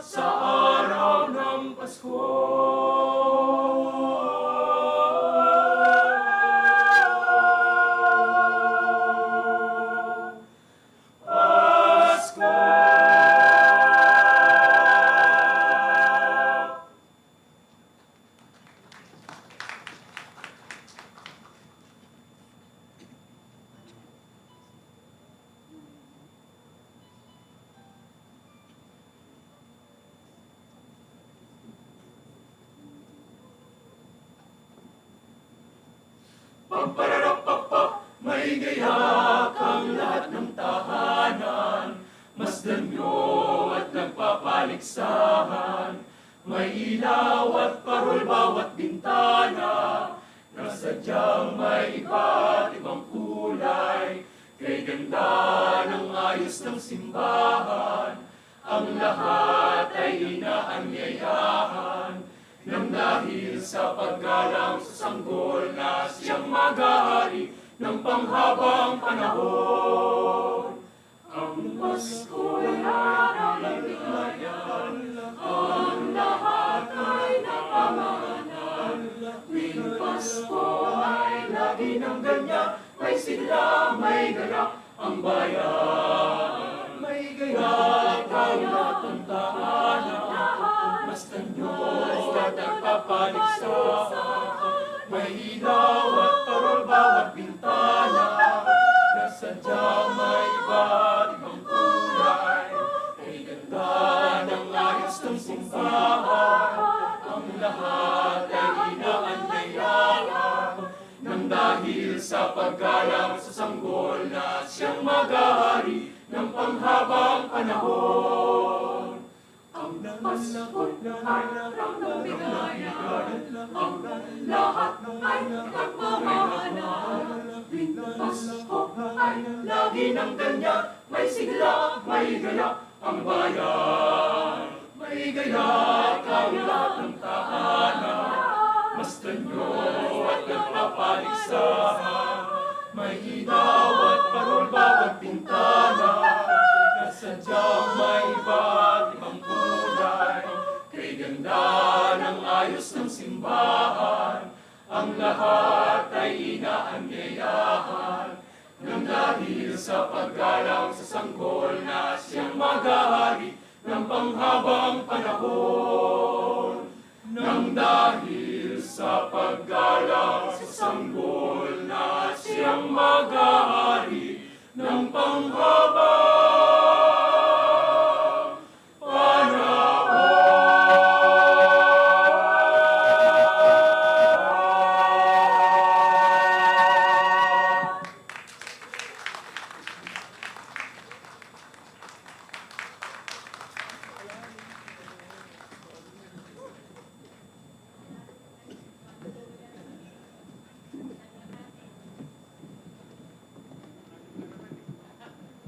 Bravo to the UMak Chorale.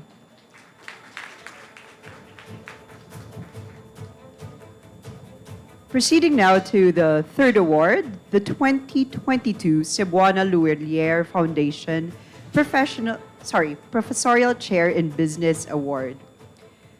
The Cebuana Luelier Foundation advocates social responsibility, having engaged in different charitable programs, projects, and activities which touch the lives of the Filipinos, especially the marginalized and unserved communities.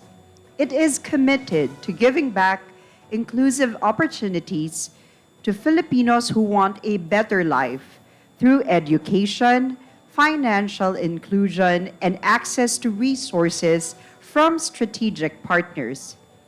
It values inclusivity, resilience, volunteerism, and collaboration. Thus, the foundation envisions a country of empowered, educated, financially literate, and resilient Filipinos living a better quality of life. To introduce to us the awardee, requesting the help of Assistant Professor Maria Teresa G. Icalia, Dean, College of Tourism and Hospitality Management.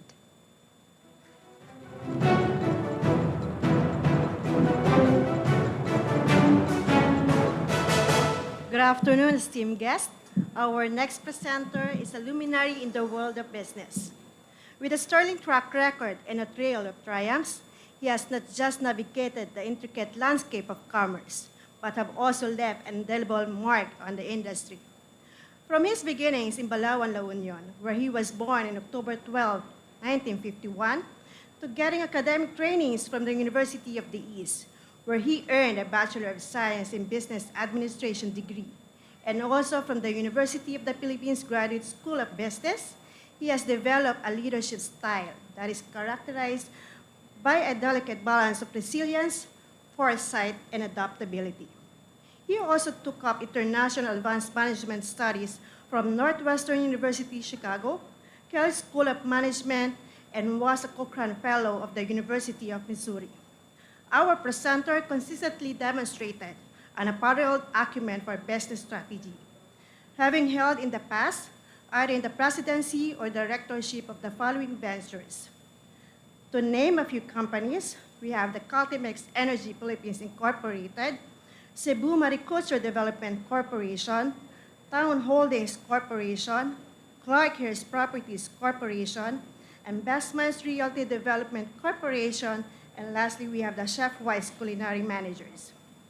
Currently, he is the chairman of the Management Association of the Philippines Committee on Agribusiness and Countryside Development. He is also a member of the Board of Regents of the Mariano Marcos Memorial State University. Having redefined the benchmark of success, he was named chairman of Commission on Higher Education's Technical Panel for Business and Management Education, and has since sponsored the new CHED curriculum for specialized track on service management to support the business process outsourcing industry by enabling the new graduates to meet global standards of competencies and gain employment in the service sector. He also the new curriculum on business analytics and forged alliance between CHED and IBM to position the Philippines as the center business analytics worldwide. Beyond the boardroom, he is a testament to the values and integrity and ethics in business. With commitment to sustainable practices, a keen sense of corporate responsibility, our presenter is not only a financial success, but he has also earned the respect and admiration of peers and industry colleagues. He is indeed a driving force in shaping the future. And ladies and gentlemen, please help me welcome the holder of 2022 Cebuano Nobiliar Foundation Professorial Chair for Business, Dr. Oscar A. Torralba.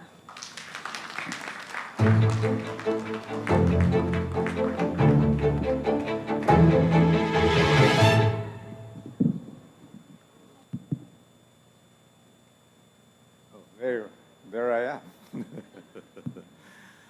Thank you, Madame Calia.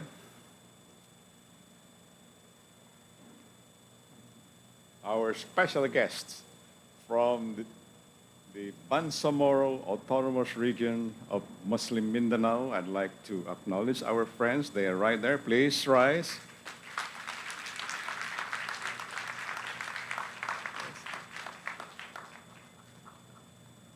Salam. That is the greetings of peace in Islam. Salam.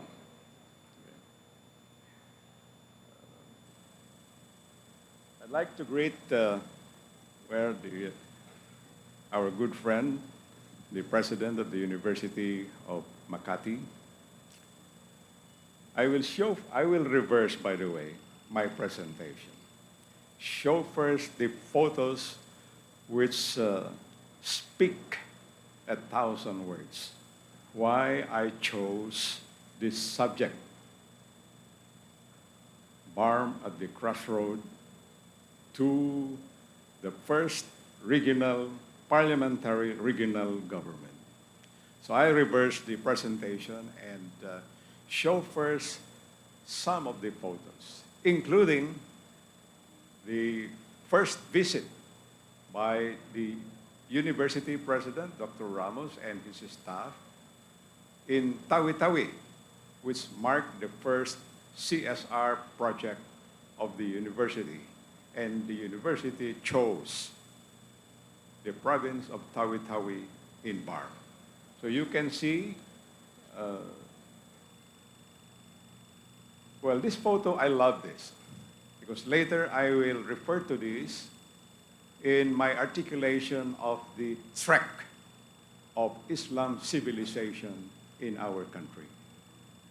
And of course, there's a photo here showing the university president and his staff when they visited the Mindanao State University branch in Tawi-Tawi. Can we show that as well? Oh, here it is. There. And the university donated a number of, not souvenirs, but token of its first CSR project in Tawi-Tawi. There's our laptop and some other items which are relevant to promoting education. I believe this is at the University of, no, we visited a elementary school in Bungao, Tawi-Tawi. And let me recall a moment there where the superintendent of the elementary schools broke into tears. How she felt the honor of being chosen to be visited by the University of Makati and handed over their appreciation, common appreciation for education. And again, I'd like to thank Dr. Ramos for making the trip. There was some fear. Is it safe to travel there? And their coming there is no less than the testament that Tawi-Tawi, in the southernmost western part of the Philippines, it is welcoming, it welcomes visitors as it did for the staff of the University of Makati. Thank you, Dr. Ramos. The other photos there, there I am, wearing that gown. And this is right where the birthplace of Islam is marked.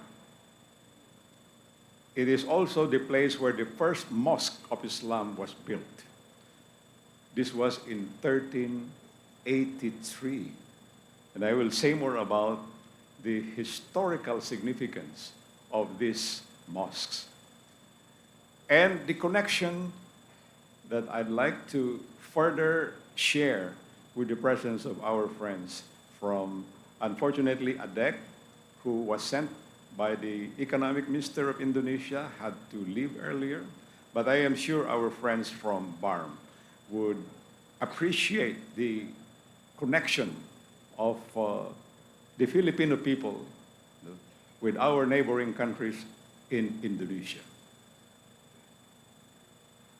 Allow me to share a little levity. As you can see, I'm standing there in front of the mosque in Sibonol, beside the Marine Brigade commander, who provided a military escort, not because of anything that we feared might happen, but it's part of their protocol. I sent this photo to my children, I had two, with a note that, yes, I was wearing that, and my daughter came back, Papa, are you converting? And my answer to her is, well, if ever I convert, your mom would still be number one. Okay. So, these are some of the reasons why I chose this subject.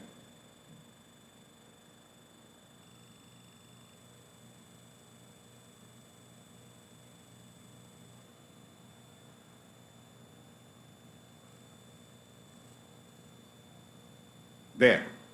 Why I chose this subject. At the crossroad, BARM transition to autonomous parliamentary regional government.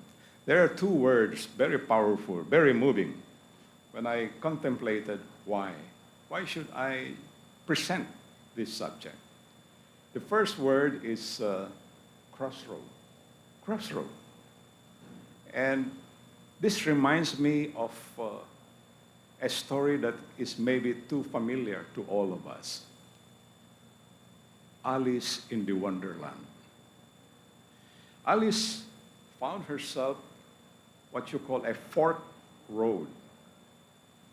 She found herself at the crossroad, which reminds me, by the way, Dr. Ramos, the name of the airport in Bungaw, Tawi-Tawi is Sanga Sanga, which means in English, no, is fork road.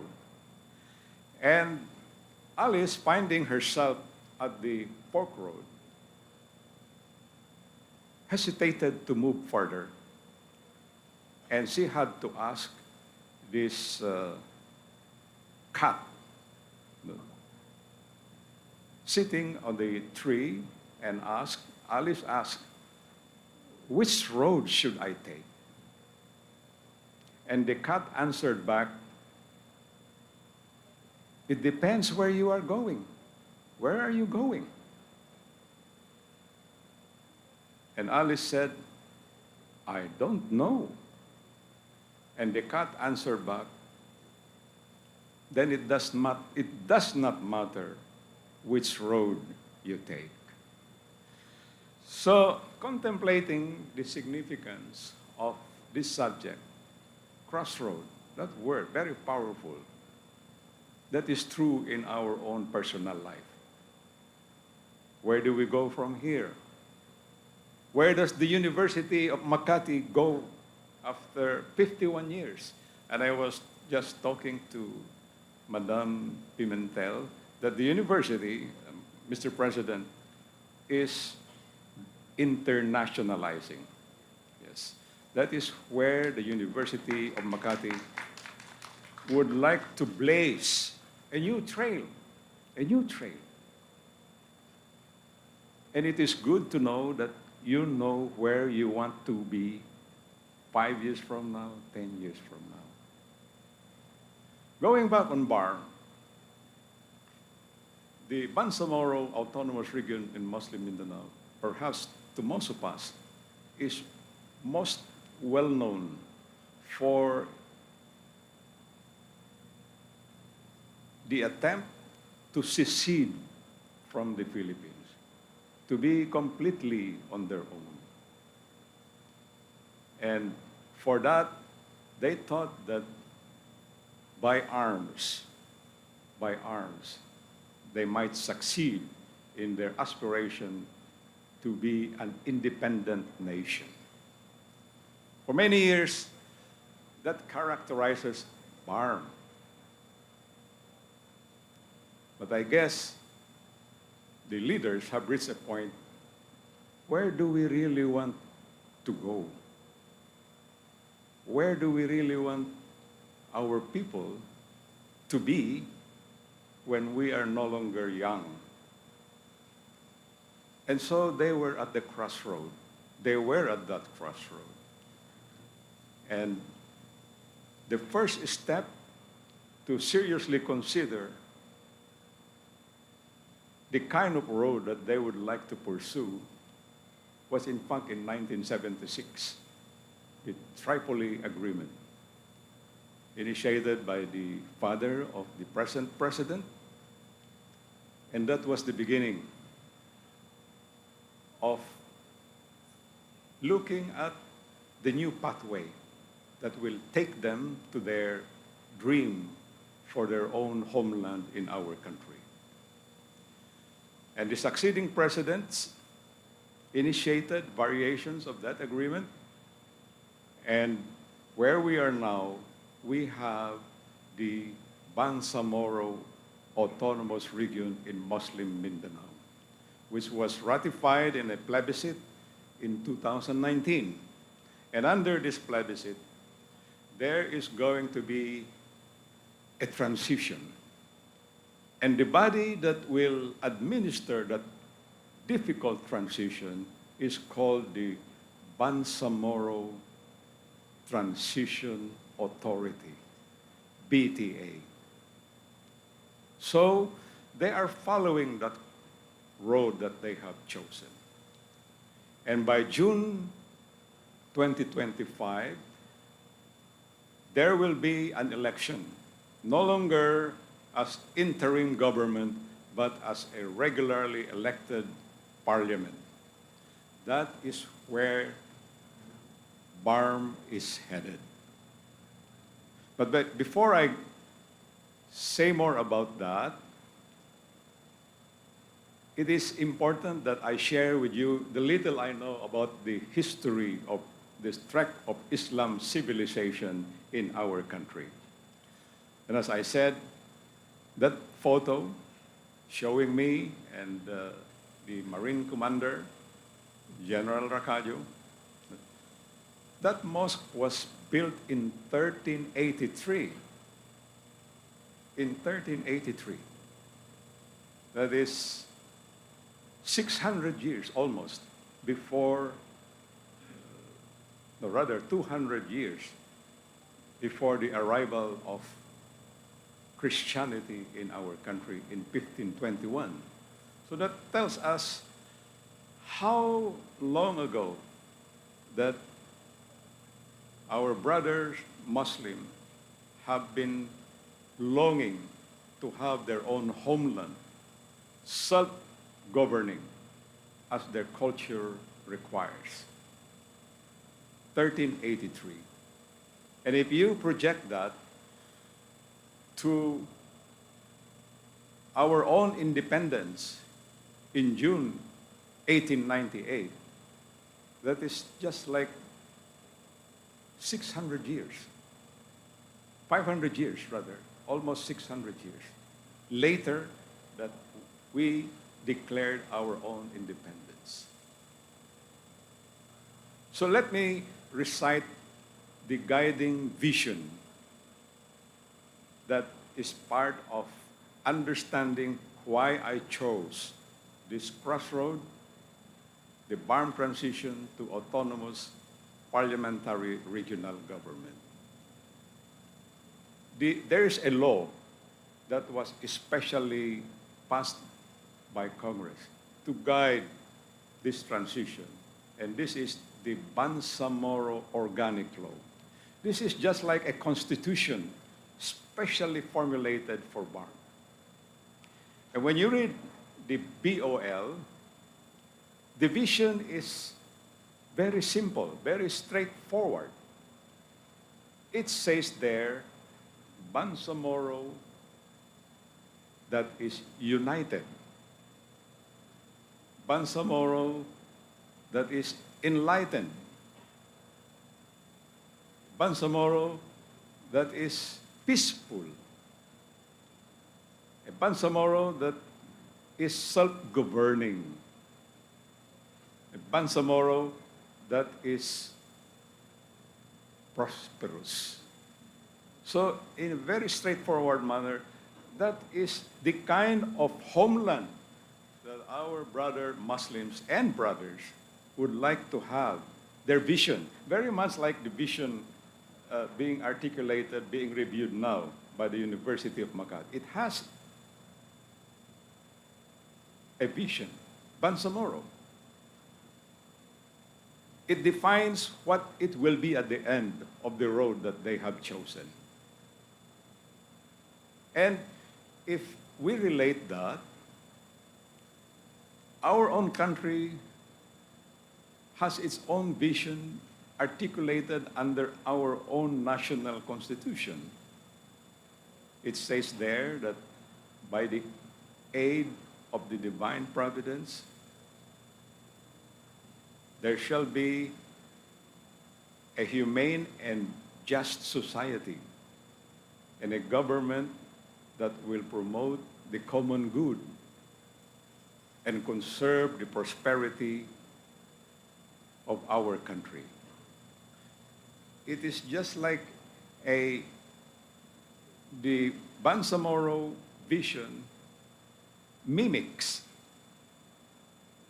the vision of our own national country. And let me make a further comparison to that, to the Declaration of the Independence of the United States of America on July 4th, 1776.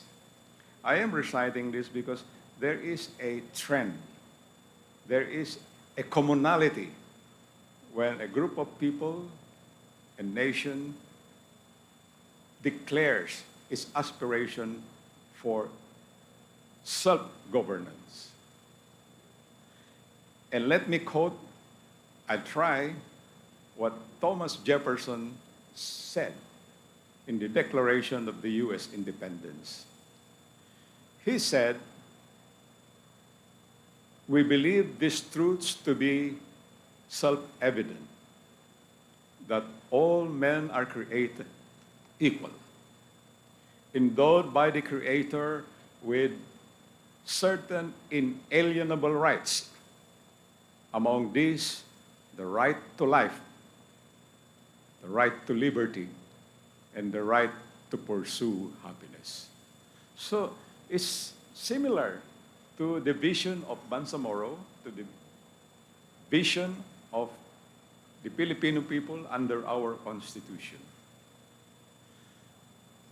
I'd like to now articulate briefly the scope of my presentation.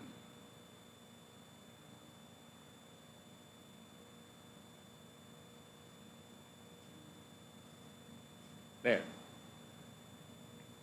I have, I believe, said enough why BARM. And the purpose of this discourse is really to create awareness. It's sad that when we ask some people and we mention about Tawi-Tawi, some people say, "Where is Tawi-Tawi?" And therefore, this is a small step to making aware the public in general that part of our country are the provinces, 6 provinces, 2 cities, now constituting the Bangsamoro Autonomous Region of Muslim Mindanao. I have shown the chart earlier, and it is populated with almost 5 million people. There are almost 5 million people in all the 6 provinces and 2 cities in BARM. So the single purpose, or the concentrics, if I may borrow the characterization by Dr. Browner, the concentrics is really to create public awareness about BARM and make our countrymen more interested to know who are our brother Muslims in southern Mindanao. Public awareness. The historical context, oh, by the way, that shows the concentration or where our brother Muslims and our brothers there are concentrated. Bungao, by the way, Bungao, a deck from the office of the Indonesian embassy has left. But do you know that Bungao is very close to Sabah? Most of the people who go there, they travel almost every day. It takes only 45 minutes, and you are already in Bungao, which is part of the Philippine territory. And then Sabah is, of course, Malaysia. And Bungao is also very close to Indonesia. It's just maybe an hour away by plane, and you will be in the forthcoming capital of Indonesia in Kalimantan. So the track of Islam civilization, as I mentioned earlier, can be traced looking at our neighboring countries. Indonesia, we have 250, 270 million people. Malaysia, of course, and Brunei. And altogether, the population of Islam countries in Southeast Asia constitute almost like 50% of the global population.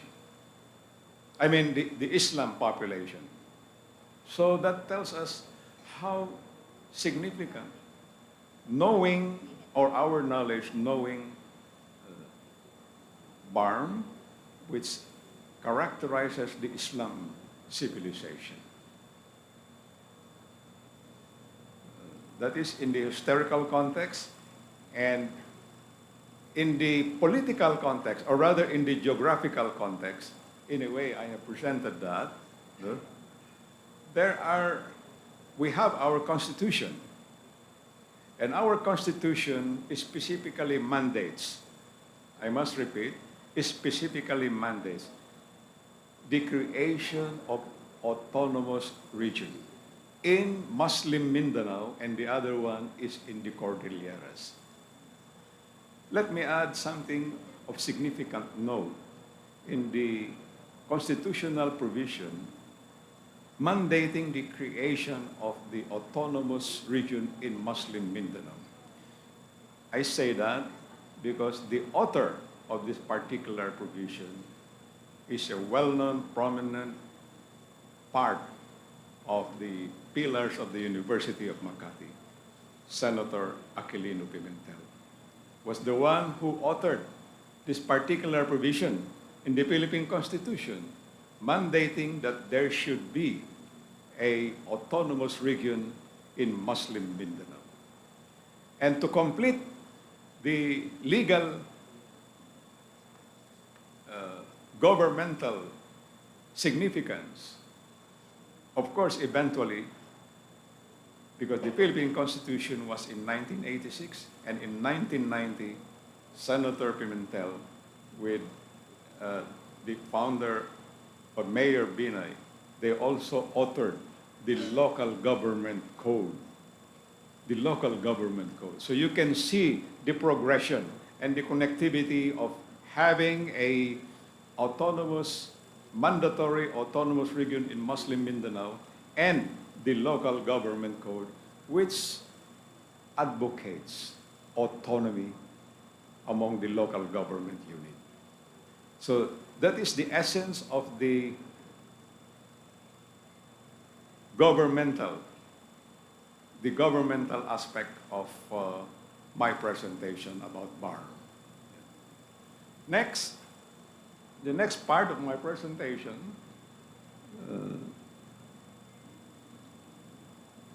is whether or not the creation of autonomous region, as I said, is mandatory under our Constitution. And then the implementation framework, we have a special law, the Bangsamoro Organic Law. So let me focus on, so what? What do we expect to happen next with the Bangsamoro Autonomous Region Muslim Mindanao already in motion? It has been in motion since 2019. And the election of the regular members of the parliament would have been made in 2022, but it was postponed. And that will be in June 2025. But after the election, foremost in my mind and in our minds, and our colleagues in BARM would be, so what's going to happen? Do we expect a dramatic improvement in the condition of the Bangsamoro people? My own research is quite optimistic, very optimistic. And I have two reasons for that. Of course, I have traveled a few times there, or even much earlier in my career. My first travel to Mindanao was in February 1973 to Davao, and then in Cagayan de Oro City. So let me reiterate my optimism. One is there is a development plan. There is a development plan. And I say this because in governance, whether in public or in private, if you fail to plan, then you plan to fail.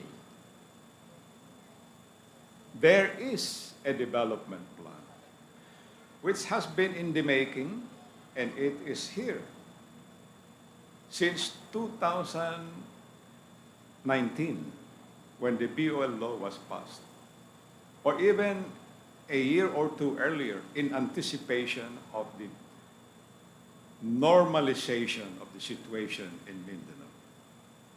And I wish to thank the office of the Prime Minister, or rather the Chief Minister of BARM, represented here by our friends, courtesy of the head of the BARM office in Luzon, which happens to be headquartered here in Makati.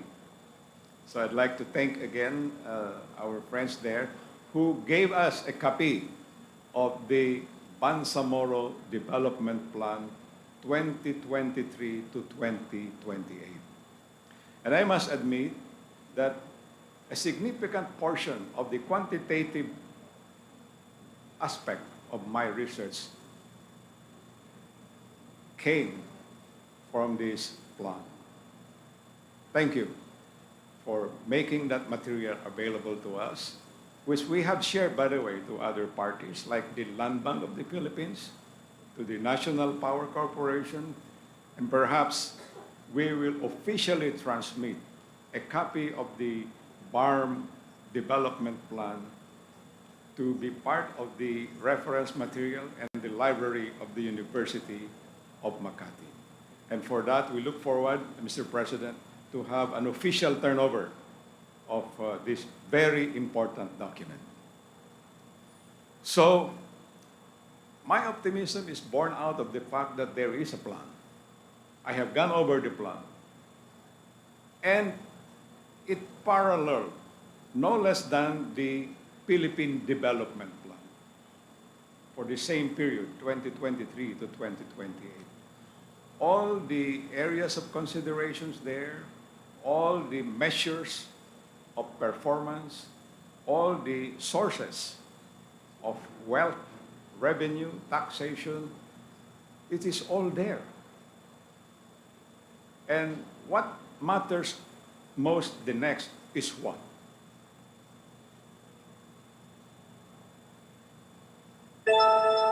Governance. I heard that coming. And so I must say that in any plan, what matters most is execution. How well the plan will be implemented. And the people who will be implementing will be for the good of BARM. That is the essence of a successful transition, having chosen a difficult crossroad. But there's one element that I'd like to cap my presentation, which is relevant in a setting like this, a university. And that is a continuing education about peace. Peace education, as a matter of fact, is vital component for the successful implementation of the BARM development plan. And I believe that the University of Makati will be more than willing to champion or model peace education for the success of BARM. Thank you.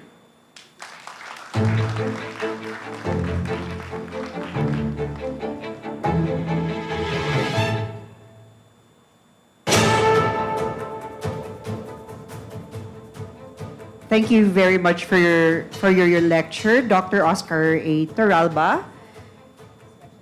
At the crossroads, BARMM transition to autonomous parliamentary form of government. I'm sure you had several takeaways apart from the solid 600 years, that 1383 mosque, along with aspects of peace education that we could consider. I mean, we're considering disaster response. Perhaps we could offer peace education too. Something to think about and maybe to ask questions later on in the open forum. So proceeding now to our next award, the Aquilino Q. Pimentel Jr. Professorial Chair in Governance.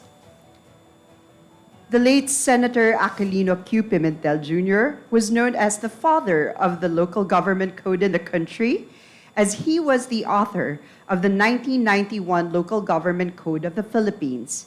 He served in the government in different capacities, from mayor, DILG secretary, senator of the Philippines, and Senate president. He was a staunch advocate of federalism and local governance. During his stay with the university,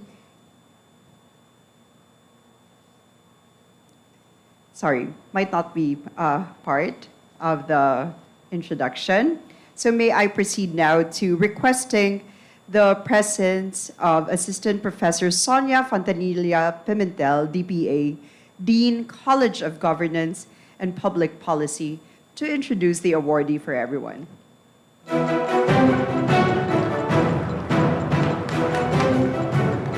Thank you very much, Director Camille. Good afternoon, ladies and gentlemen.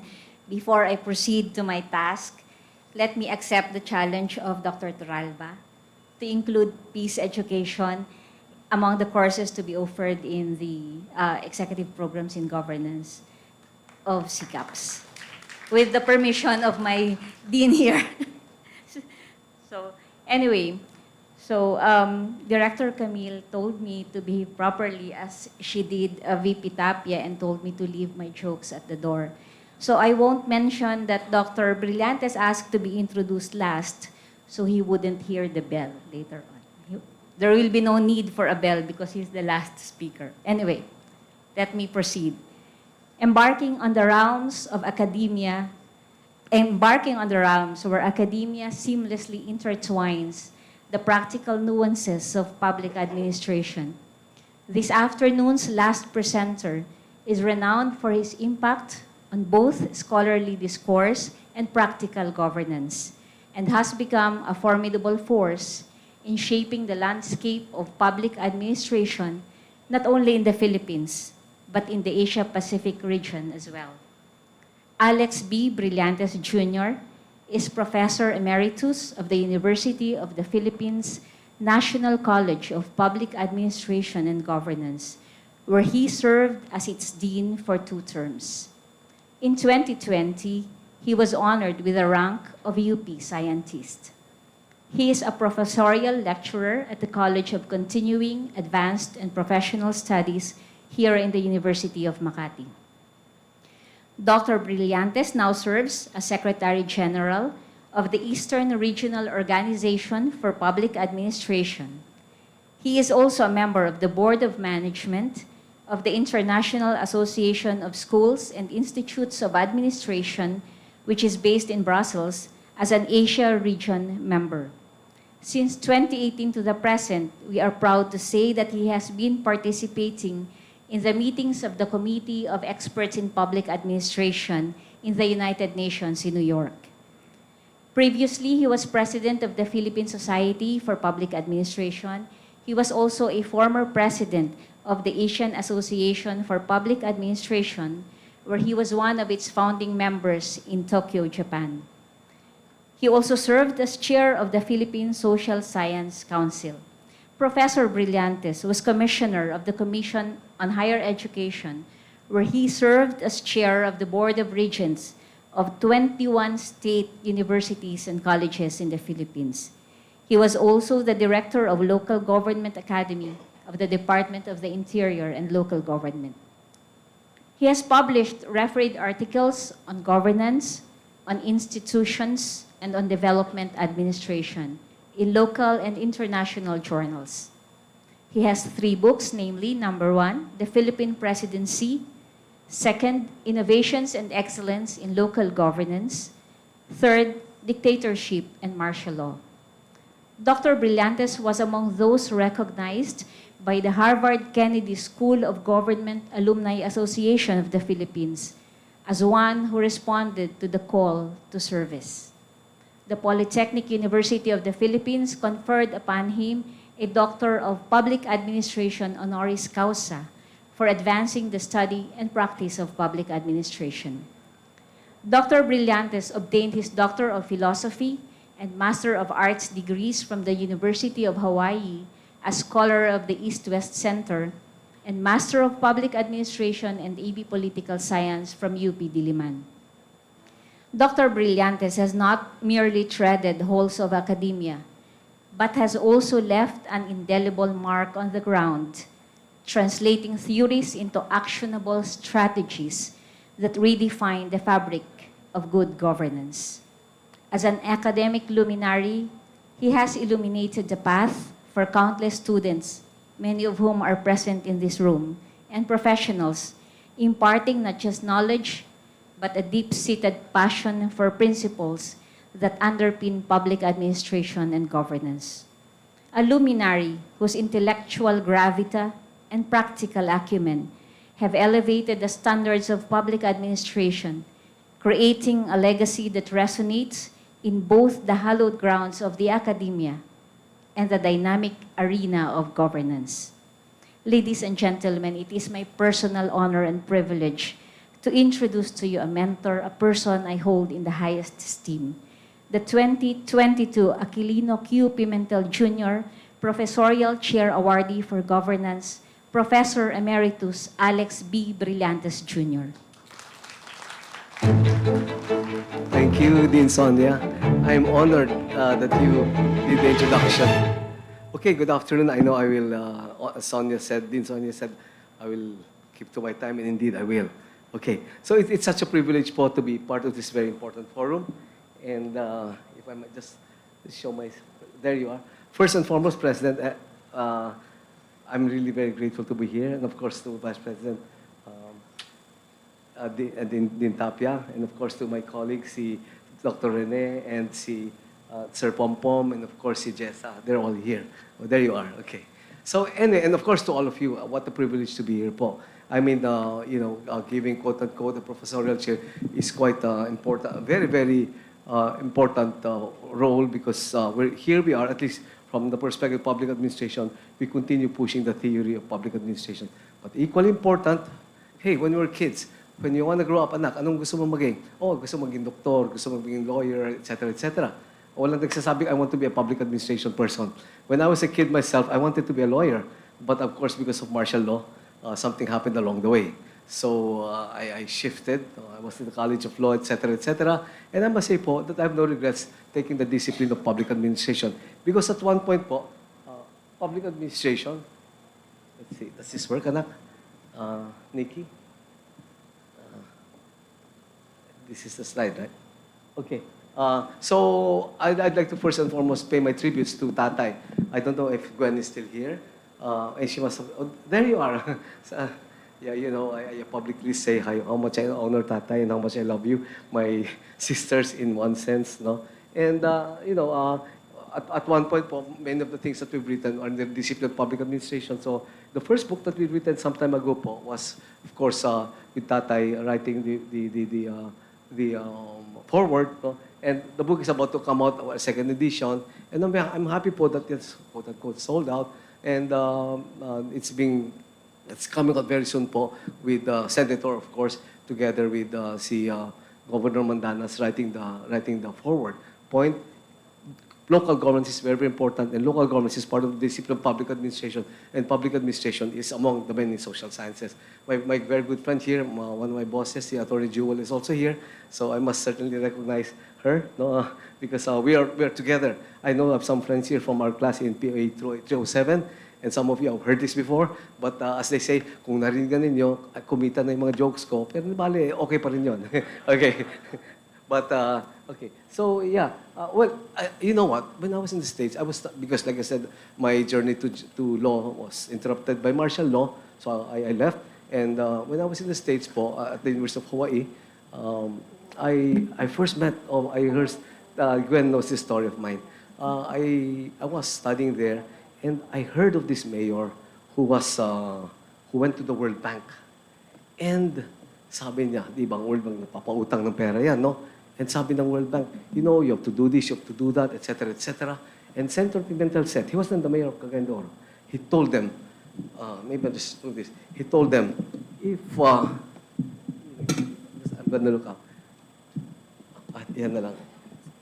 Okay. Tatay told them, and I didn't know him at all. Tatay told the World Bank, di ba ang World Bank, hawak tayo noon.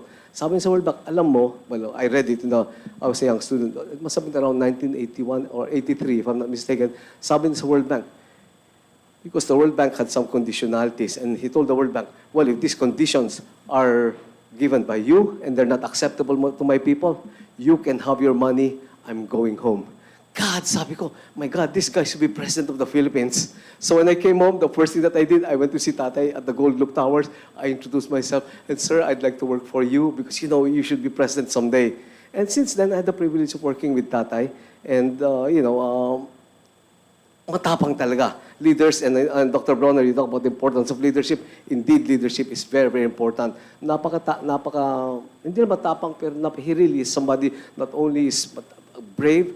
We all know, we've heard him, he's given lectures here also, but we all know for the fact that even Gwen's family has suffered a lot. Nanay has also been here.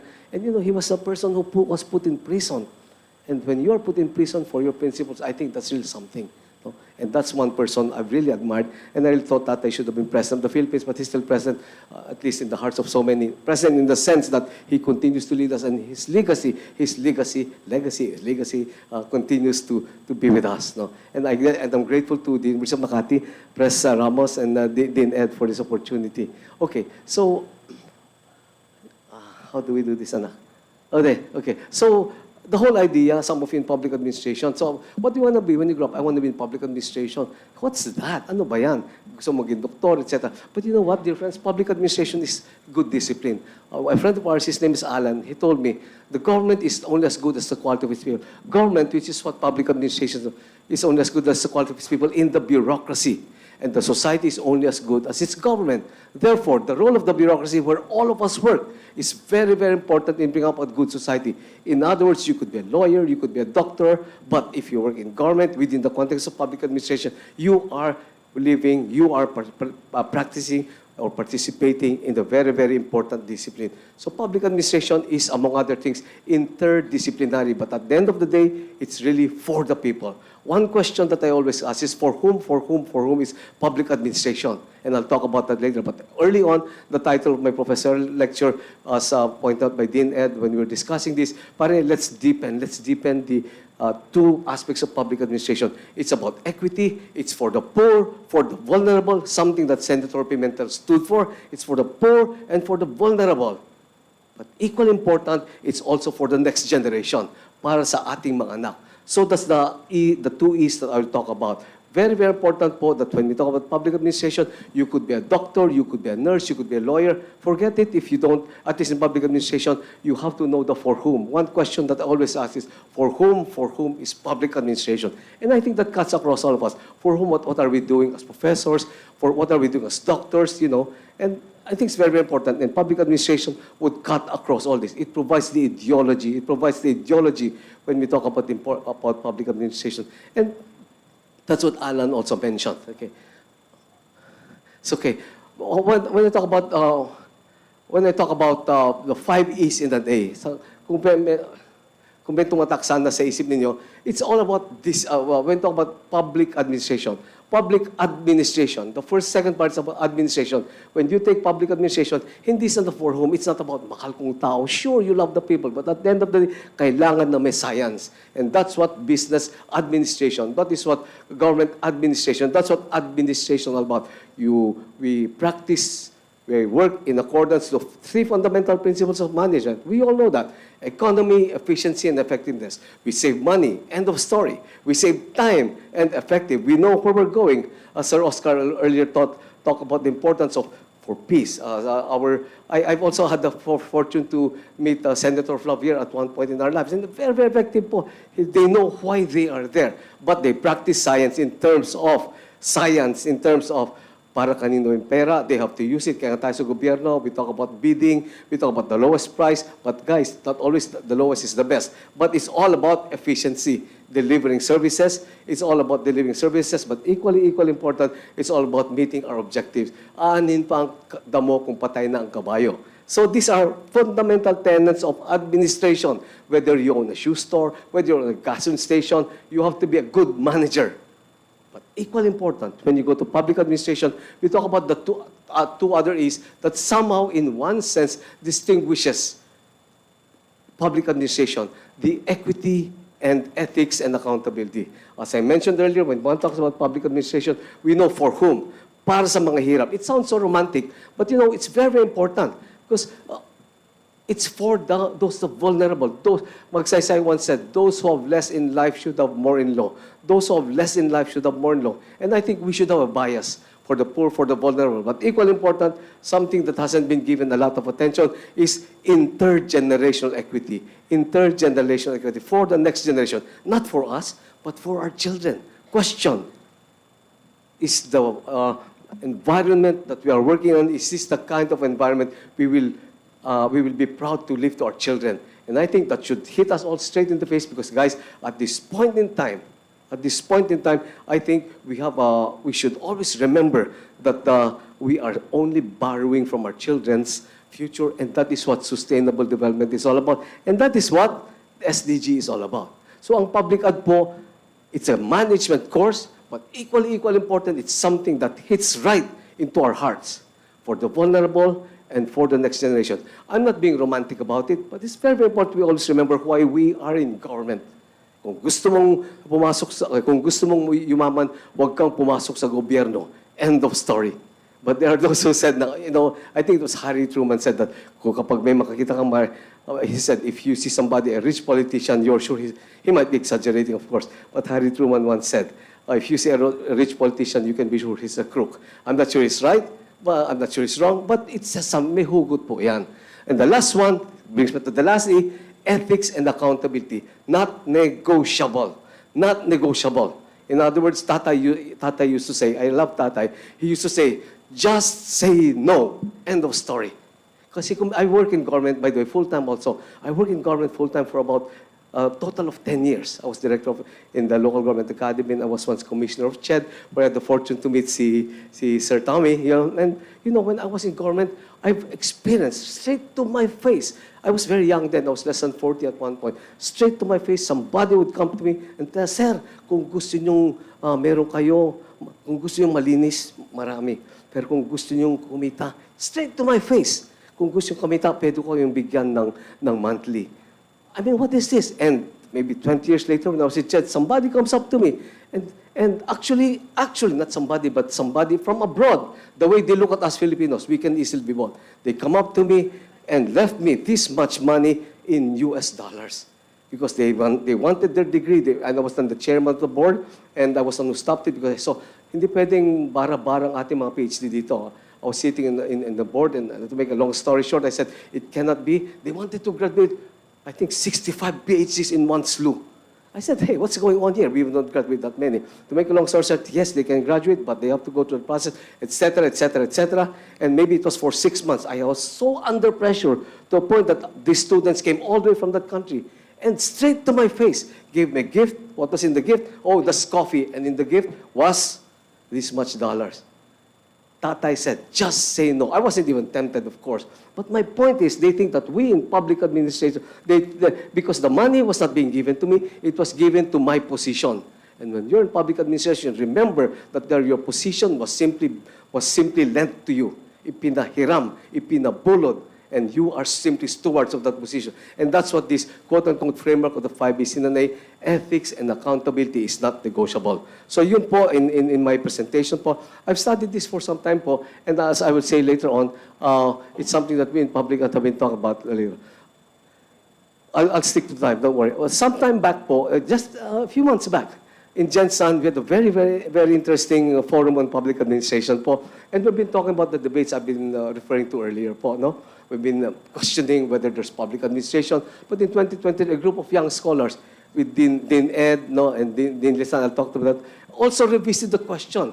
I'm already in my late 60s po, and I'm very happy po that younger people like you guys, of course, nagpapayang ko minsan, but anyway, at the end of the day, you cannot deny your age, right? Come on. So it's very nice that this whole notion of pushing the envelope is always there. One discipline in public administration, we always learn to question. We always learn to question, not accepting things as they are, but say things could be much, much, much better. The presentation of Sir Toralba earlier, and the presentation of Dr.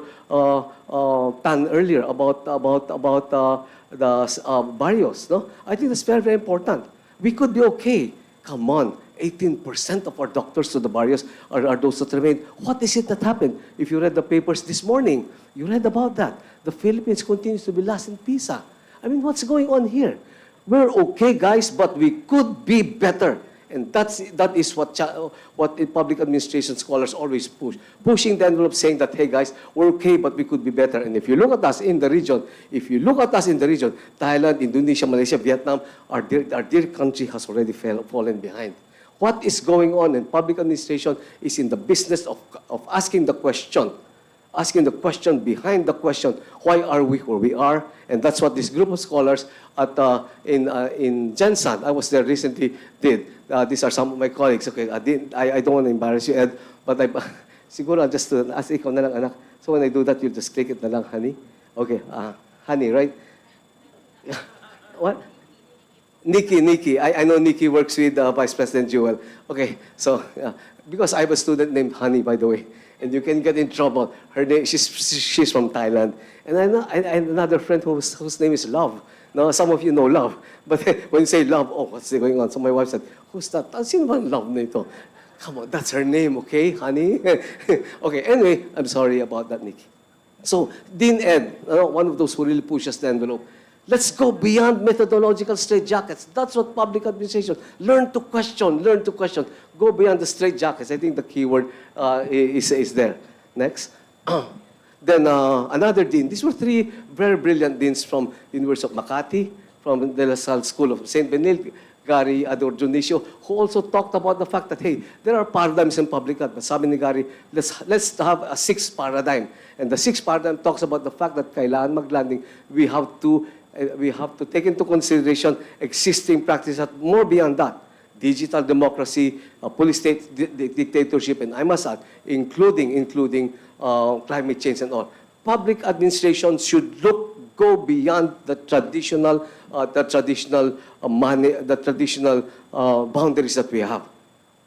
In one sense, public administration is a radical course, if you make it radical. I remember when I was studying at the University of Hawaii, we used to talk about the fact that the first thing that we write on the board, learn to question authority. Learn to question authority. Things could be better. We're okay, but things could be better. And that's also what Gary and Ed have been saying. The third dean I'd like to quote is, she also teaches here at the University of Makati, is Dr. Lisan Perante Calina.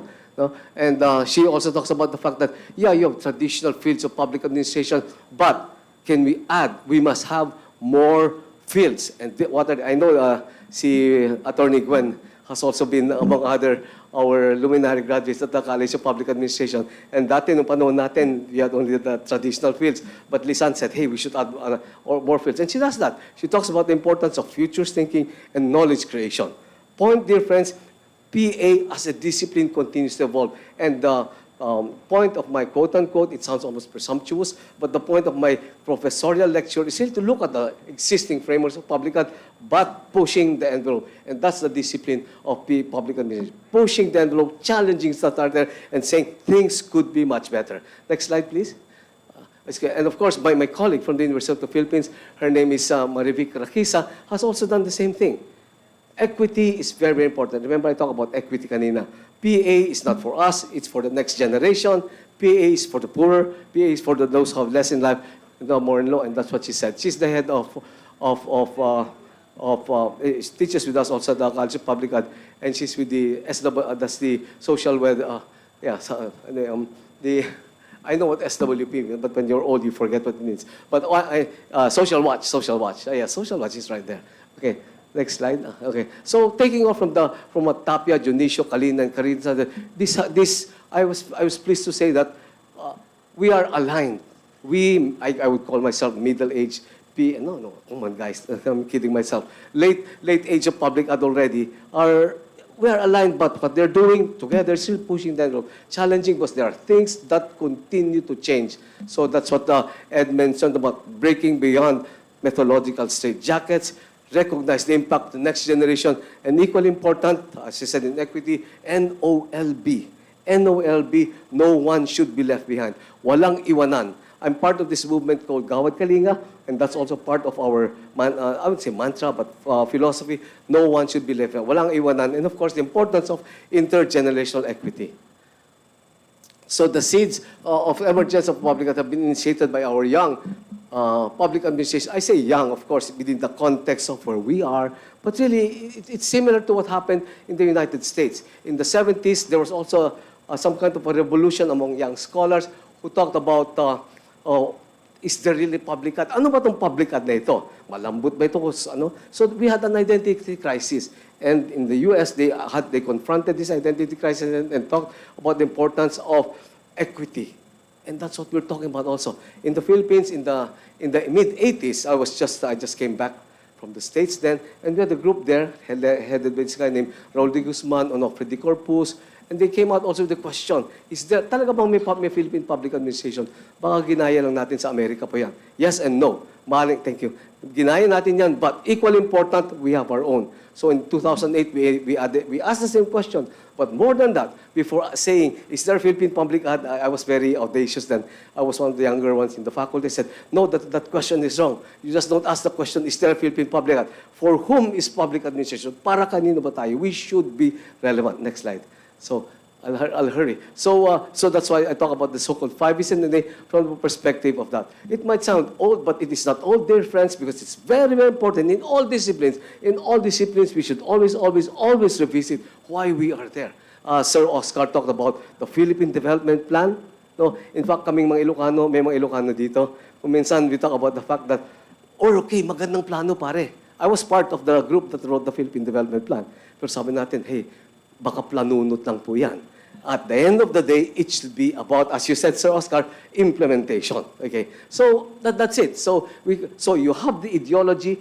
That's why hindi lang planunot po, because when you implement it, you have to have a plan, as you said, sir. But the plan should be within the context of economy, efficiency, and effectiveness. May science po yan. It is direct, but equally important para kanino ba? Because as you know, in many societies, including the Philippines, unfortunately, in our history, the rich getting richer and the poor getting poor. That's a global perspective, even in the United States today. And we continue. And I think the discipline of public administration, which is a subfield of political science, learns to question this. May pag-asa ba? Of course may pag-asa.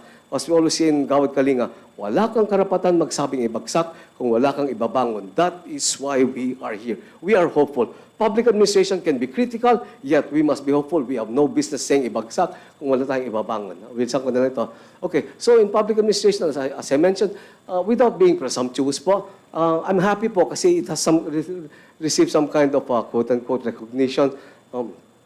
It was published in the Global Encyclopedia for Public Administration by my good friend. His name is Ali Farasman po. And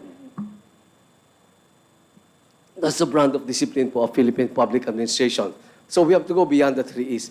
That's why ethics and accountability is not negotiable. Tatay Nene said, just say no. End of story. And at one point, that's also what Dr. Flavier used to say, no? Just, okay, next slide. And these quick slides will just show the origins. So hindi to bago. Because if you look at PA in the US, at one point, they themselves had the question, what is it in public ad? We're not lawyers, we're not doctors, we're not nurses, what are we? They also went through an identity crisis. And so did we. And that happened during the time of public administration. But equally important, I'm sure you guys have heard of Peter Drucker, who talked about management. Okay? Future President Woodrow Wilson also talked about advocating public administration and education in all institutions, and he believed that it was a sufficient form. Next slide. Okay, and the same, I'm sure you have heard of these guys. You talk about these slides that I'm saying, I'm very management of the time, is really about the fact that management has been really core in the study of public administration, and this is not new. But what I'm suggesting po, go beyond management. And I'm sure you've heard of this, those of you who are managers, post-record, planning, organizing, staffing, directing, controlling, reporting, and budgeting. We've heard that before. But for whom? You can plan for the bosses, you can plan for the dictators, you can plan for the head of the company, or are you planning for the people? That is where we push the envelope. I'm not romanticizing public ad, but it's very, very important po that we know the forum aspect. Next slide. So even, he was my professor at the University of Hawaii, and he also did the same thing. He did a lot of studies also on development administration. Next slide. Okay, so Henry Fayol, you've heard of him. Frederick Winslow Taylor, you've heard of the Taylorism. no, all management styles, which are applicable in government, even the way the way we are doing things. Somebody's managing the computer, somebody's managing it is also some kind of a business of management, no, in terms of separation of tasks, among other things, in order to attain our objective. Okay, next slide. Okay, and also in the Philippines, as I mentioned, this is Raul Guzman, no, and Lady Carino, and Dan Reyes, a good friend of ours, who's also been here, the UMak, and of course, Nestor Pilar. The point is that they themselves have also asked the question, for whom is public administration? No, they asked the question, is there a Philippine public administration? So, next slide. Of course, I'll give this. By the way, my manuscript is ready, but it has to be, as you know, as we academics say, first draft. Last 5 minutes. Okay, I'm almost there. So it's important for us to indigenize public, localize. Ang PA sa Amerika po ay maaaring pareho sa Pilipinas, pero mas important, ang PA sa Pilipinas ay dapat para may local figure. Just tell me, sir, kung last 1 minute. I can see the time anyway. Next slide. So I think I should be done in a while. So, next slide. Okay, so I already mentioned about equity. So deepening, the title, my presentation is deepening the equity and ethics and accountability. When we talk about equity, as I mentioned, no one should be left behind. No, and it's not new because people like even Thomas Hobbes, you have heard of Thomas, even John Locke, they talk about the people to protect, to the government's role to protect the people's right. And Hobbes argued the inequality from just. I wish I could do this myself so it's a bit faster. Okay, and on equity, the battery perhaps doesn't work. On equity, pinag-usapan rin po yan, no? In the US, the equity. Point, dear friends, is it's something that bothered them, but something that really hasn't been given that much attention because at one point, we were satisfied with making profits. At one point, we were satisfied with being able to get the cheapest way possible, but for whom? That's why in COA, Commissioned Audit, you all know that the cheapest is not always the best. We talk about value for money. And Attorney Jewel is the expert when it comes to that. No? So at one point, we always have to push the envelope looking beyond, and that is what the discipline talks about. Next slide. Okay, so in the name, this one I'd like to give some more attention in the last 3 minutes. In third generation equity for the next generation.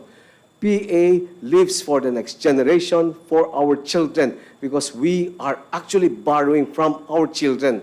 Kung minsan hindi natin that's sometimes what we forget many times. We do things as if there was no tomorrow. But guys, when our children come, they're gonna say, what did our parents do? Ano mang ginawa ng manununo natin? It's within that context that two great sets of Filipinos, Asin, masdan mo ang kapaligiran. I'm sure all of you are familiar. Asin in 1972 actually asked that question. Masdan mo ang kapaligiran. And fast forward, Attorney Oposa asked that same question, challenged the government. Because at the end of the day, when Attorney Oposa went to court, he challenged government. For whom are you bring this court? It's for my children. Then in so many words, they say, sira ulo ka pa naman. Nasaan mga bata? Wala naman sila dito. That's precisely the question. The clients are my children. So in one sense, we have to think of the next generation. Point in the discipline public administration, we always should talk about intergenerational equity. Okay, so Oposa versus Factoran, very powerful, and that's our contribution to international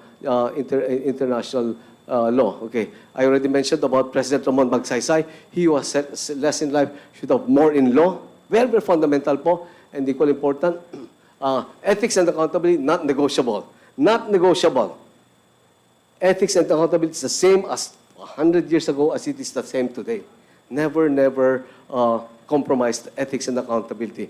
Just say no. Something that I always hear. I always heard Tatay say this many times. I'm very happy to really dedicate this really to Tatay Nene Pimentel, whose legacy lives in the heart of millions of Filipino people, including scholars, including practitioners. What we in public administration call practitioners and academics, what we call pracademics. Okay, next slide. Okay. So in the practice of public administration, it's important to deepen this, but it's important to bring about reform. Nako, just give me last 3 minutes. Hingin na po ng last 3 minutes. Okay. One is, nagkaroon tayo ng philosophy public ad, nandun tayo sa science ng public ad, nandun tayo sa for whom, pero equally important, kailangan ng reform. What we have today is unacceptable. Anong babaguhin natin? At ito ay magtatagni po sa presentation ni Dr. Brander kanina. Unang-una po, binabago natin ang mga struktura. You have executive orders, you have a CONCOM, you have a legislation, we have a constitutional convention. We change laws, we change the constitution. But that is not enough. We have to have leadership. We have to have leadership. But equally important, we change our mindsets. Kung minsan po, kalaban natin ang ating sarili. If there's anything I agree with President Duterte, sometime back, I think it was in 2019, he gave a State of the Nation address and said, mga kasama, I've seen the enemy and the enemy is ourselves. He's so right because sometimes when we look at this, tayong kalaban eh. We have so many established procedures, so many habits that sometimes go against what we want. But guess what? That was also said by Apolinario Mabini, and that was also said by this guy named Juan Luna. Point, kalaban natin ang ating sarili. Okay? So we have to change our own mindsets. How do we do it? Through educational systems such as the University of Makati, through the church perhaps, but also through education. And when you talk about education, you're talking about educating our children when they were just born. The first 100 days. Senator Lina always talks about nutrition the first 100 days. Maybe that's why. Because we did not feed our children properly. Maybe that's why mababa tayo sa PISA. In the region, nakakahiya. We're the lowest. I mean, come on, the Philippines at one point being the educational center, is that acceptable to us? And that happens up to today, just today's papers. I'm sure you read it. It's a collective slap on our face. Why? Because perhaps we neglected education, values.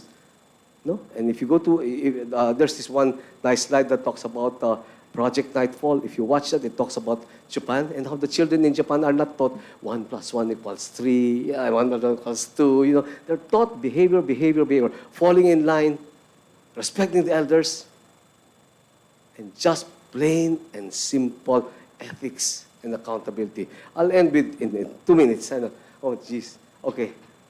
May utang na ako ng 1 minute. Okay. So, we advance this framework. Without being presumptuous po, yung 5 is po nasa Global Encyclopedia po, at ito po nasa UN po. This is something that the United Nations did from our framework po. Some of you have seen this, it's running out of your face, pero medyo relevant po. Kaya masaya po ako kasi yung mga ang sinabi ni na ating mga young scholars, medyo may convergence po. When we talk about change, yes, we bring about economy, efficiency, effectiveness, but equally important, ethics and accountability. But this is very, very important, changing our mindsets. Leadership, like Dr. Flavier. Leadership, like Senator Pimentel. But equally important, we as a people should get involved. We cannot leave the business of governance to government alone. One of my favorite stories, Tatay Nene, I think he was here, sabi niya, alam mo, nakasakay ko sa bus. I was taking the bus from Quiapo to Diliman. And when I was in front of this church in Santo Domingo, meron siyang katabing malaking mama. Okay? Sabi niya, Sir, yes. Kayo ba ay police? Hindi. Kayo ba ay military? Hindi. Kung ganun po, pwede pakialis yung inyong pa kasi kanina pa ninyo ako inaapakan. Point, aapakan tayo kapag hindi tayo magalit. At one point, we in public we should learn to get involved and say, enough is enough. And that is what citizen engagement is all about. Within the context of, Ayala discusses, globalization, we're part of the region. But equally important, we are part of the Philippines. We think global and act local, but finally, equally important, competition. Yeah, we're with Thailand, we're with Indonesia, best friend natin. Cooperate tayo, musyawara, gotong royong. But at the end of the day, we compete with them. And guess what difference? In ASEAN, unfortunately, we are falling behind ASEAN. Next slide. So I already talked about the importance to change mindsets. No? So, and this at the United Nations level. Globally, if you look at governance globally, at the UN they say, ang kalaban nila, ang kalaban po nila ay ang pag-iisip, the public servants' mindset, attitudes. But what we sometimes only look at are the norms, rules. How do we change the mindset? How to improve the value system? Okay, almost there. Okay, sorry. Okay, next slide. Okay, so some parting thoughts. Umutang na ako sa 3 minutes. Some parting thoughts. The evolution of public administration continues. But equally important, we have to take a public ad, siguro ang kanyang partida po or negative. We learned it from the US, so what else is new? But I think we should go beyond the fact that, hey, we're so colonized, so what? But equally important, we continue to search and develop. And that's what some young scholars like like Tapia, Ador Judicial, Perante kanina have also been doing, searching for our own. What is it? Avoid straitjackets, as Dean Tapia mentioned. But I've been asking this question since the mid-80s. We asked for whom is public art. Over a decade later, we had also these young scholars. But I'm suggesting let's not forget the for whom. Focus on the next generation, our children. We will be proud to tell our children, this is what we left you. But equally important, never forget the last, ethics and accountability, not negotiable. Just say no, as Tatay says. And as we continue to dive deeper into five is in the A framework, there are fundamentals. May mga basics po. Whether you're a lawyer, whether you're a doctor, whether you're a nurse, whether you are across the counter selling in mercury drug, efficiency, economy, effectiveness. You have these fundamental principles of management. But equally important, don't forget equity, ethics, and accountability. Kailangan pong mag-landing, as we said. I should now shut up because I owe you about 3 minutes. Okay? So last slide. Okay. So I happen to be part of this group that is doing now right-sizing government, and we suggested this, and we wrote an article published after President Marcos mentioned this, and this is a framework that we're using, that if we do right-sizing, let's focus on 3 E's, but let's not forget the last slides. Okay, the next are just some that's what I said, the nation comes on. Okay, I think that should be it, kasi nakakahiya na po sa inyo. I think I overcome my mouth. Maraming salamat po, and I'm very grateful to the University of Makati, sirs and ma'ams, but equally important, grateful for to Tatay Nene, who continues to live in our hearts.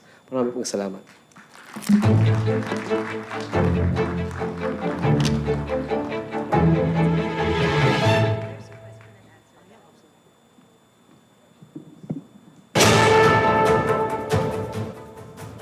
Thank you very much, Professor Alex Brillantes, for the lecture on deepening equity, ethics, and accountability in public administration towards a theory of public administration in the Philippines. I think at this point it would be good to give another round of applause to our lecturers this afternoon. And as promised, we are proceeding to the open forum. And we will request once again our lecturers back on stage as we give them time to go on stage. So sharing with everyone the mechanics or how we will proceed with the open forum. So we can go by rule of threes. So 3 questions maximum per lecturer. And for the lecturers, I hope you're hearing this as you are walking on stage. 3 minutes maximum also to answer. So maximum of 3 questions per lecturer and maximum of 3 minutes to answer those questions for our lecturers this afternoon. So just giving them time to be comfortable on stage. Hopefully our audience, not just in person, but also from Facebook or Zoom, have already articulated their questions and written it in the chat box so that our technical team could also gather those for everyone.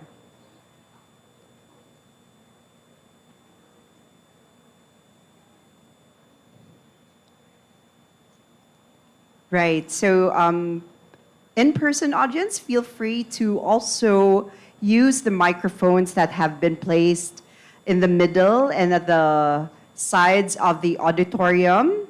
For the benefit of our lecturers, please introduce yourselves and the college or the office that you are from so that they could get to know you better as you answer your questions. So as you were walking on stage, our awardees, I mentioned that we are accommodating 3 questions maximum per lecturer.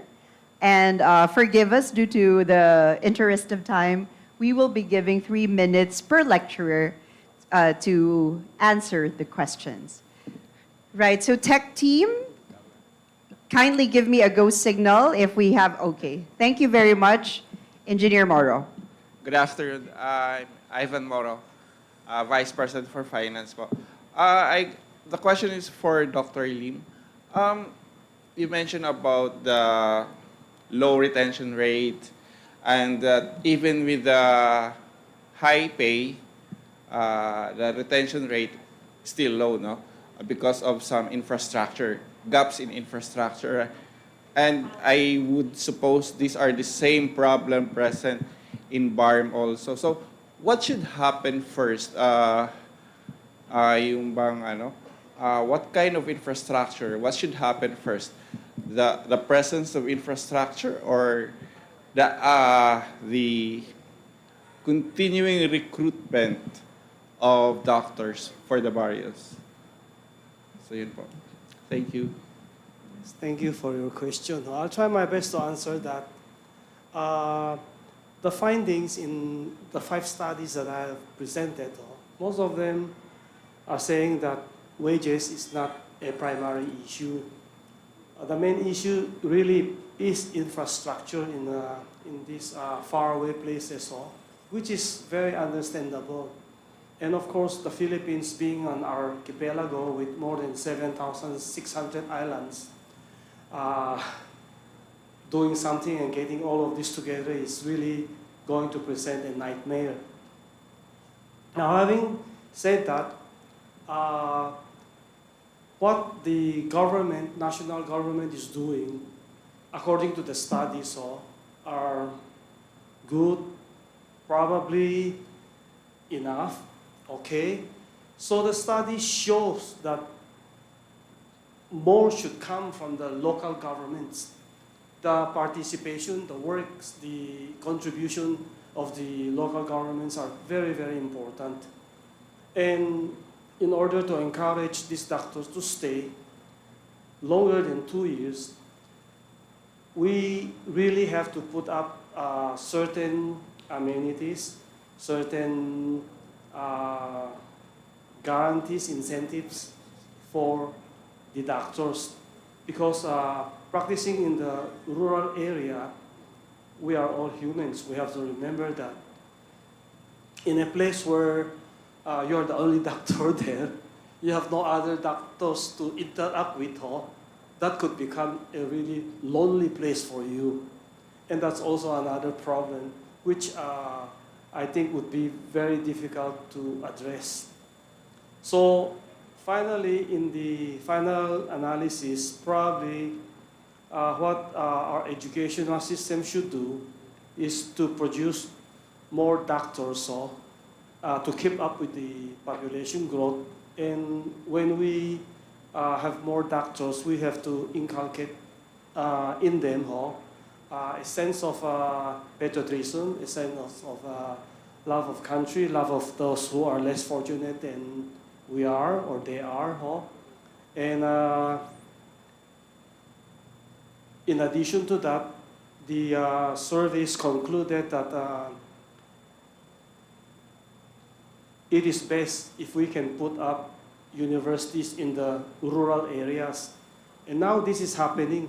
This is happening now, whereas before, during the time of Dr. Flavier, most of our universities were concentrated in the urban areas, not in the rural areas, because they found out that if you put up a university in a rural area, and the people study there, they see rural life.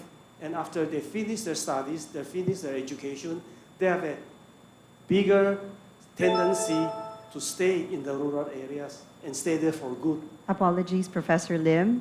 But I thank you. I'm not a finished. problem at all. It's me who apologizes, but I do have to. Yes. I do have to do my role. I hope you don't mind. I hope I have answered your question. But yes, I was going to go to that. VP Moro, any follow-up? We are good. Thank you very much, and thank you, Professor. Other questions that we may have, please go ahead. Aisel Herman from the College of Arts and Letters. My question is for Dr. Torralba. Sir, thank you for your lecture. You discussed about the Bangsamoro Development Plan, and I am just curious if about the development approach that you use in addressing the needs of the diverse ethno-linguistic groups in the area. And in particular, I am interested if there is a place for the Sama Dilaot in your plan, because among the ethno-linguistic groups in the area, their context is quite unique. Thank you po. Thank you for your question. There is a development plan, and before that came about, the first thing the team exhausted a lot of time is understanding what is the root cause, the RCA, root cause analysis. And there's a convergence that the root cause is poverty. Poverty. And that poverty came about because of many causes. So, to answer your question, the entire attention, resources, strategies of the interim government, there is now an interim government. It's called the Bangsamoro Transition Authority, and the forthcoming regularly elected parliamentary government. Its focus will be single-handedly to address the root cause of poverty. Can I have a follow-up? Please go ahead. This poverty that you're mentioning, is this not rooted on the different contexts of the indigenous people? You know, you have the Yakan there, you have the Samadilaot, you have the, the IPs, the indigenous people. I know they are marginalized, but isn't it that the context is, I find it, it's universal to suggest that, we know that poverty is there or marginalization is there. But does culture considered, can you factor in the culture of the indigenous people in the problem and the whole narrative of the Bangsamoro? Definitely. But may I add something that maybe is the core reason of poverty in this region. In education, they call this or rather under the PDP plan 2023 to 2028, this region is called GICA, G-I-C-A.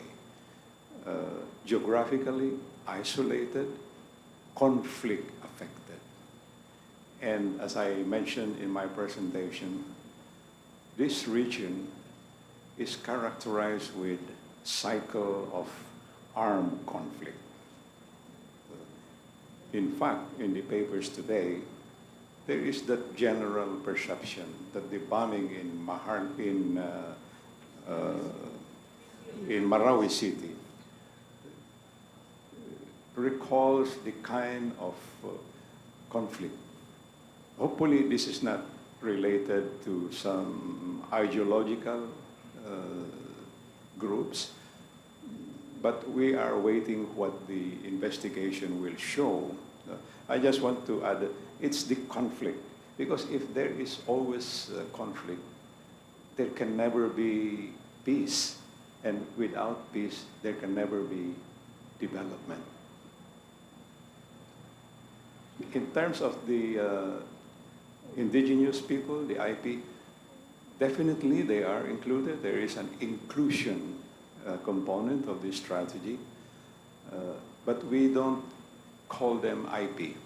They are our Muslim brothers, sir, and then they are our Muslim brothers. Yeah.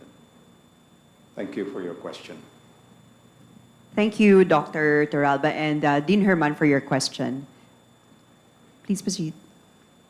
Hello, good afternoon, esteemed professorial chairs, administrators, President Ramos, to Vice President and Dean, and my fellow Tomasian Artlet Professor Ed Tapia, Professor Sonia Pimentel, and to everyone here. My question is directed to Professor Brillantes. By the way, I'm Edric Espiritu. I am from the College of Continuing Advanced and Professional Studies, taking up Masters in Public Administration. I also want to commend the presence of Commissioner Gwen Pimentel-Gana. Thank you so much, ma'am. I would just like to ask, I do believe that Senator Nene Pimentel had in mind the welfare of our barangays in crafting the local government code. And even after that, we noticed that local government units such as municipalities and cities are given high esteem. And their brand of service delivery is very respectable and very effective. But how can we have that replicated in our barangays? Especially, we regard the barangays as the basic form of local government. And being basic, this is also a fundamental because this is the face of the national government addressing their needs. So how can we elevate the standards of service delivery in our barangays so that we can have our barangays being a reputable institution in terms of service delivery? That would be all, and maraming salamat po. Thank you, Professor. I mean, two things. Remember, I ended with some kind of a reform framework. One, what we have today is unacceptable. Of course, the local government code was written, was passed in 1992. 20 years later, 30 years, we're actually revisiting it. So, okay. Did you have a follow-up question? No. Oh, I thought, okay. Number two, reform is important, okay? And reform at what level? Structural level, mindset level, and university. At the structural level, I think I've said this before, I've made some people quite angry when they talk about this, but at the end of the day po, the times were different in 1992 and today. You know, we have so many barangays today, and I think we just have too many. So we talk about amalgamation, okay? And it's time for us, we did a study with DLG, you have barangays that have no era, or you have barangays that don't have any population. So amalgamation might be one, and it works. It has worked in Ormoc, it's working in Baguio City. So structural reform. But equally important, barangays as frontliners. I've always said that local governments are the strongest or the weakest link. Strongest link or the weakest link being frontliners. Let's face it, some of our barangays have become highly politicized. So there's this movement to make them appointed. Why not? Let's look at that. I know Mayor Jojo Binay used to talk about that. So I think we should be open to this. When we talk about reform, ano ang konteksto? Kalaban natin, okay. So that's number two. And number three, I think it's time for reform. That's why may local government code tayo. Ang ganda-ganda po yung local government code. It was supposed to be reviewed every 5 years. It was done. It was reviewed. But was it implemented? No, it wasn't. Kalaban natin ating sarili in that sense. You need leadership. You need political will at that point in time. So somebody should really drive the process. But then we look at us. I'll shut up after this because I just would like to revisit the question that Sir mentioned. Just 1 minute. 1 minute. Yeah, 1 minute. 1 minute, I can see that. You know? The discussion about Dr. Flavier. I love Dr. Flavier. I used to visit his office in the Senate. Ang ganda ng kanyang sign doon. Kami po ay hindi nagbibigay dito ng pang-basketball. You know, he's changing our mindsets, and that's what it is. Kasi people think, you go for center, you go to solicit. Ang laki ng sign niya doon. I remember that. So I think how to change the minds of our people, that's the way governance is. And number two, yung sinasabi mo, Sir Oscar, I happen to be part of PD 1618. PD 1618, the preparation of the Bangsa, the original. Ang ganda-ganda po, with so many structurals. But why are we still where we are today? It's the way we think. And I think that also goes back, I don't want to be presumptuous about being an expert here, but look what's happening right now in Hamas and Israel. Just one people, they're talking about two states, but why do they hate each other so much? Why? Pare-pare man tayo So Tata used to say, why should a religion of peace be at war with a religion of love? So is it that? Number one, shut up now, but really, mindset, mahalaga po. Thank you very much, ma'am. Thank you, Dr. Brillantes. And sir, thank you for your question. Ma'am, may I add if it's all right? Okay, just a few minutes because we have to also proceed to the next question. Dr. Brillantes, you've mentioned a while ago about equity. And since part of the federalism framework was to chart a new constitution, if I do believe, is it high time that we revisit the qualifications of elected officials so that we can also ensure a more balanced, a more meritorious public administration? That would be all. Well, you are right. One, federalism, napag-usapan yan, but apparently it's not so much in the agenda of government now. That's fine. Forget federalism, but don't forget the diwa of federalism. Ang diwa nun, autonomy. Ang diwa nun, self-determination, local government. So call federalism whatever you want. And it remains alive and well. We have people who are pushing that. Number two, about the point, what was again the second question? About the qualification of Qualifications, elected yes and no. officials. Yes, because when you are appointed to a division chief, you should have a master's degree, stuff like that, right? But when you're appointed, you can elect anybody. Any clown can be a president, and not president. Any clown can be an official, okay?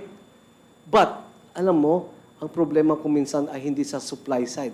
Ang problema sa demand side. Tayong bumoboto mga pare. We're the ones who vote them. Why is it that we don't have critical-minded Filipinos? We go back to what Sir Oscar mentioned earlier.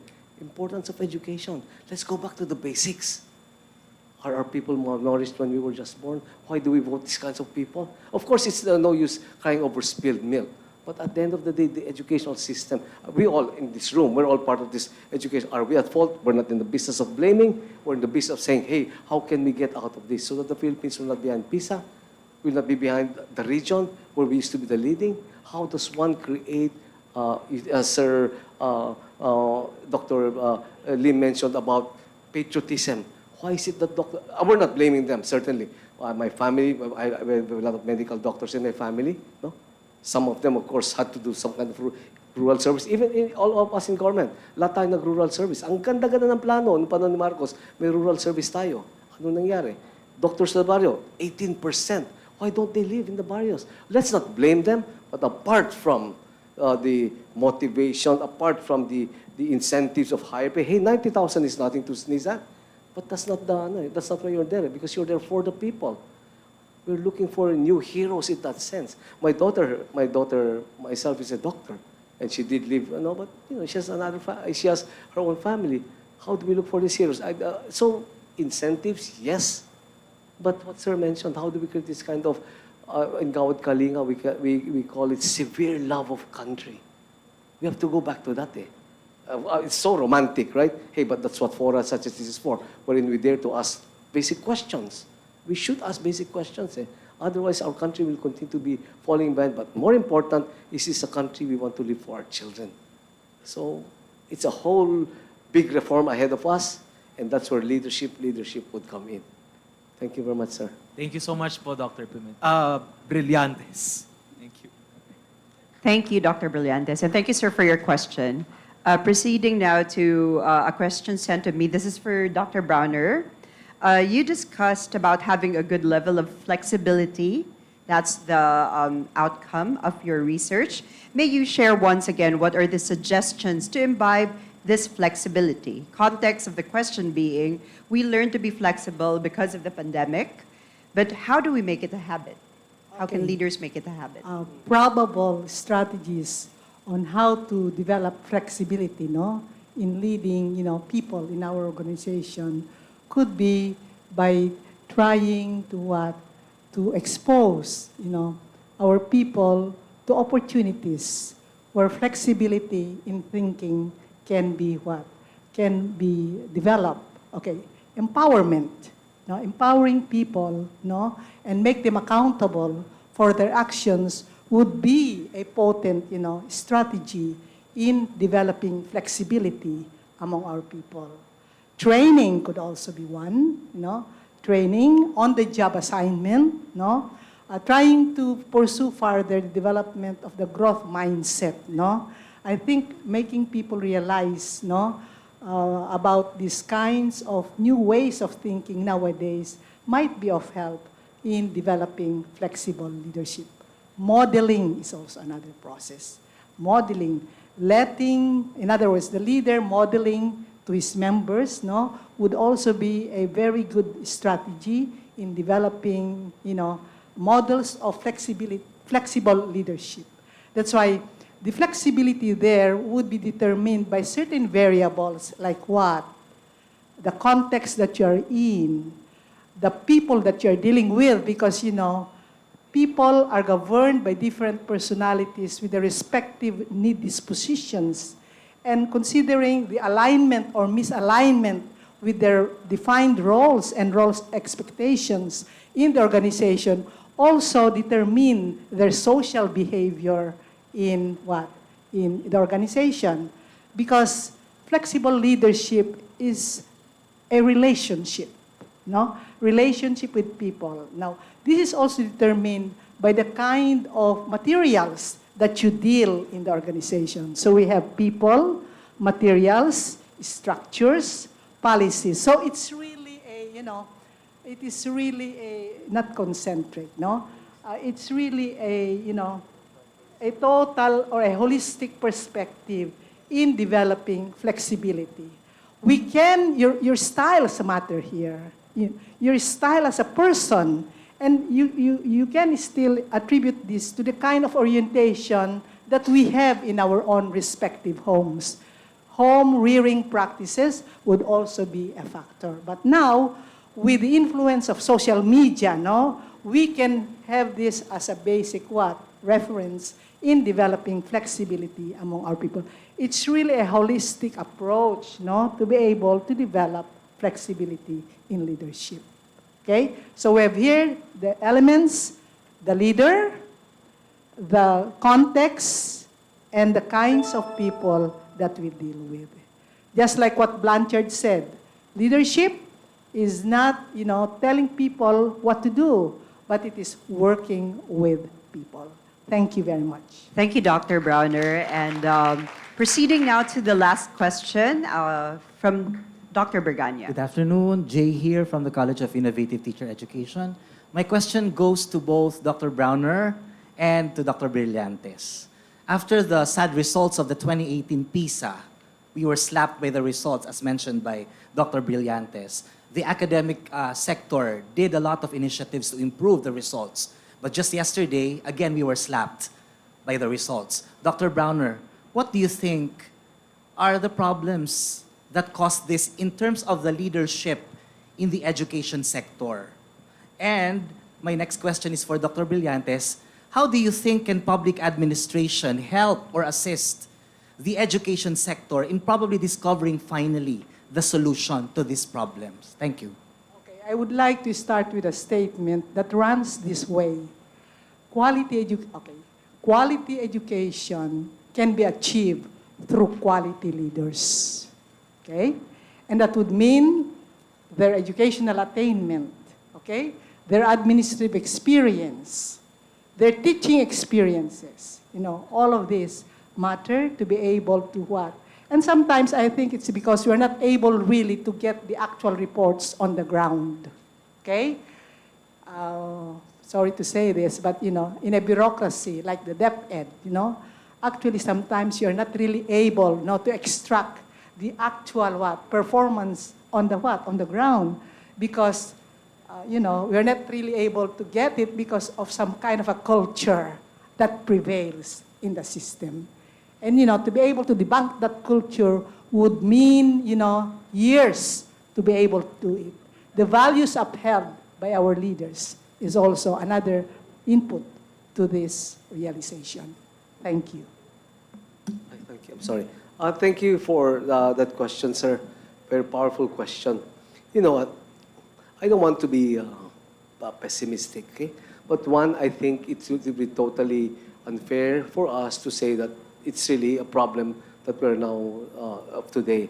It's really the reforms in education have really been there for the longest time. Alam mo, we happened to do a study when we were doing this chapter on education, and more than that, during the time of Liling Briones, we did a study on, hindi lang study kailan naglanding. Okay, but before you do that, you know what, we've been reforming education since, if I'm not mistaken, 1920, Monroe Commission.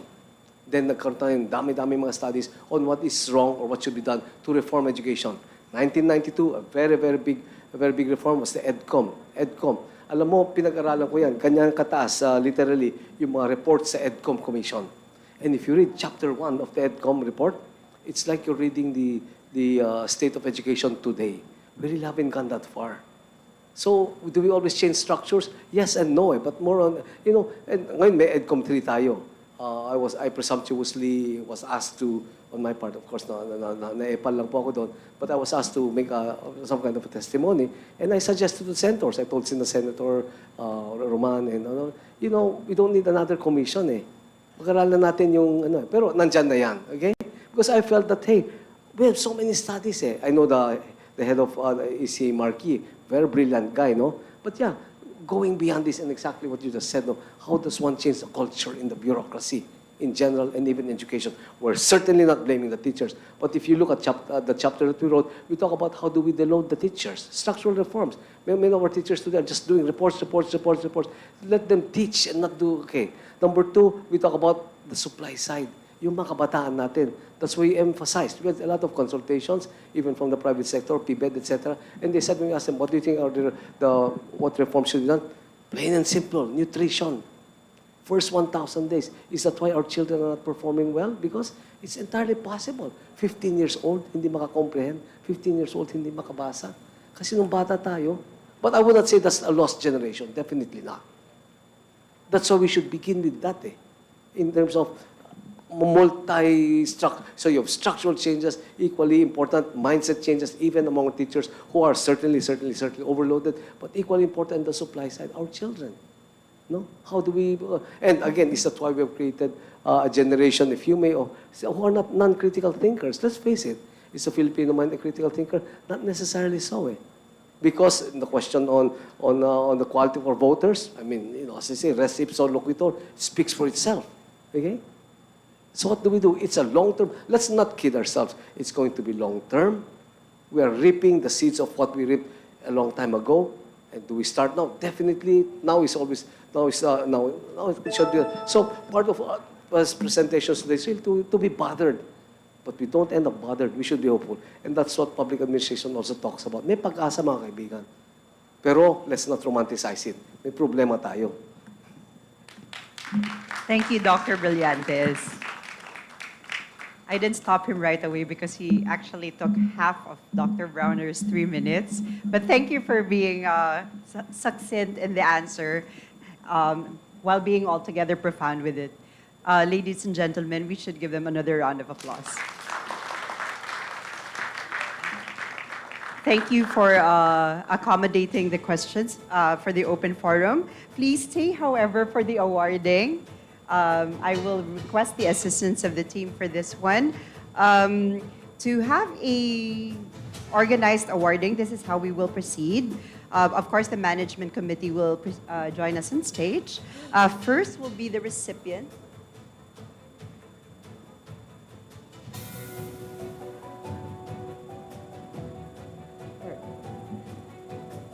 My apologies. I have been told that we do need a bit of a breather. It's been a very cognitive academic afternoon. So let's have a cognitive creative afternoon first through the help of our UMak cast as they present something for us to give our lecturers also a little break to have some refreshments. Then we proceed with the awarding and the closing remarks. Thank you for your patience, and let's give a round of the applause for UMak cast.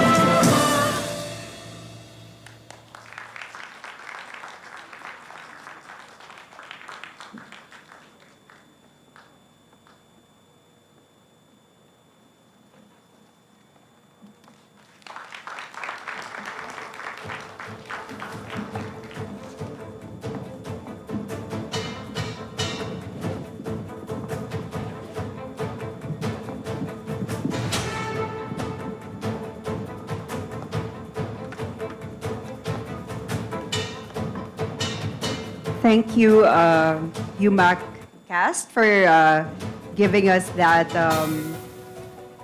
creative break for this afternoon. The collective arts of students and thespians. Let's give them another round of applause, everyone. Proceeding now to the promised awarding.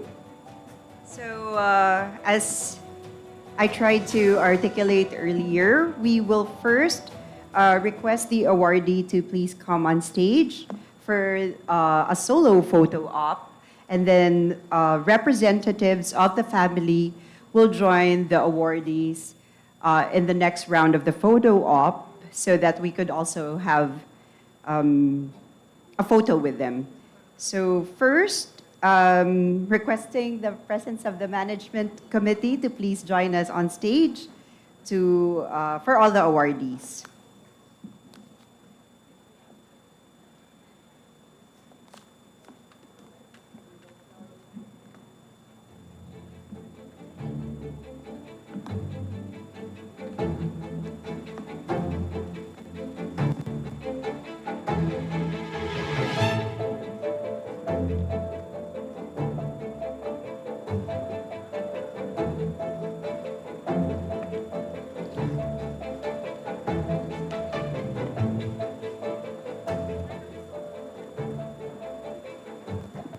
Sorry, solo with the management committee and then solo with the family representatives. Am I correct, technical team?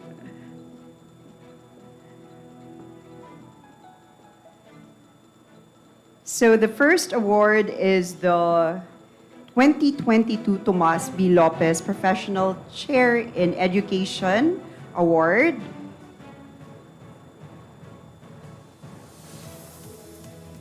Please allow me to read the award. The 2022 Tomas B. Lopez Professional Chair in Education Award goes to Professor Dalisay G. Browner, EDD, in recognition of her invaluable contribution to scholarship in the field of education. Given this 6th day of December 2023 at the University of Makati, Makati City, Philippines, signed Professor Alexor C. Ramos, PhD, SESE, University President.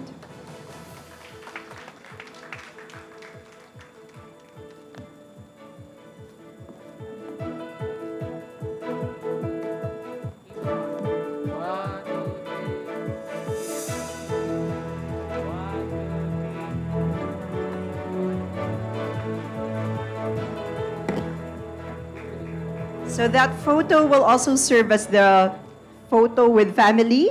Am I correct? Because the management committee will serve as the family of Dr. Browner for this afternoon. All right, let's proceed to the next award. The 2022 1M Flavier Professional Chair in Public Health. Please allow me to read. The 2022 1M Flavier Professional Chair in Public Health Award goes to Dr. Joseph D. Lim in recognition of his invaluable contribution to scholarship in the field of public health. Given the 6th day of December 2023 at the University of Makati, Makati City, Philippines. Signed, Professor Alexor C. Ramos, PhD, SESE, University President.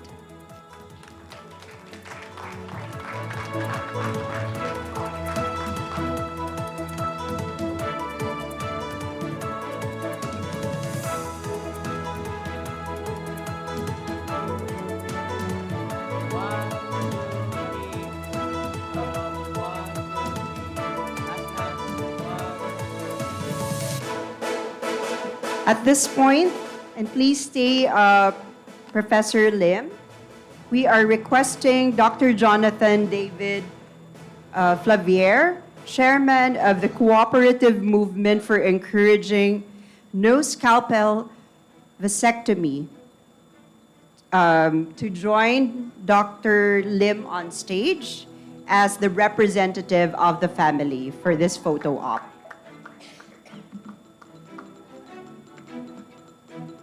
So apologies. Okay. The initial photo will also serve as the family photo representative. Proceeding now to the third award. This plaque of appreciation is given to Dr. Oscar A. Torralba, the 2022 Cebuana Luilier Foundation Professional Chair in Business, in recognition of his invaluable contribution to scholarship in the field of public health, given the 6th day of December 2023 at the University of Makati, Makati City, Philippines. Signed, Professor Alexor C. Ramos, PhD, SESE, University President.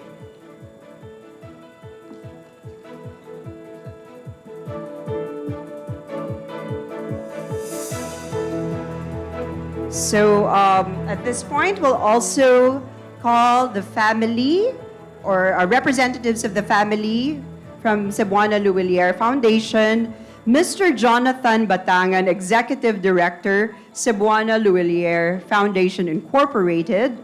Also joining us is Levi's Navarro, the Department Manager, Cebuana Luilier Foundation Incorporated, and MJ Torne, Program Head, Cebuana Luilier Foundation Incorporated. And as they proceed on stage, we give this plaque of appreciation to the family or the representatives of the family in recognition of their contribution to the grant of Professorial Chair for Education given this 6th day of December 2023 at the University of Makati, Makati City, Philippines. Signed, Professor Alexor C. Ramos, University President.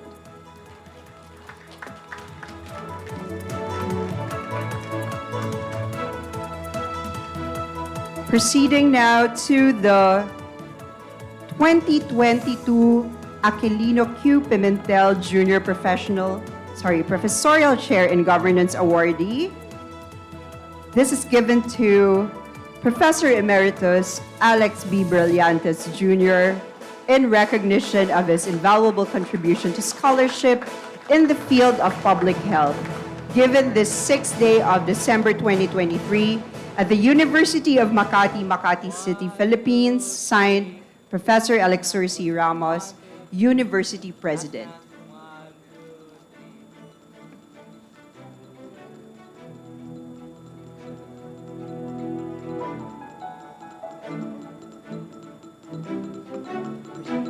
Proceeding now to a photo op with a representative from the family of Dr. Aquilino Pimentel, calling or requesting the presence of Commissioner Gwendolyn Pimentel Gana. And we give this plaque of appreciation to Commissioner Gwendolyn Pimentel Gana in recognition of her contribution to the grant of Professorial Chair for Education given this 6th day of December 2023 at the University of Makati, Makati City, Philippines. Signed, Professor Alexor C. Ramos, University President.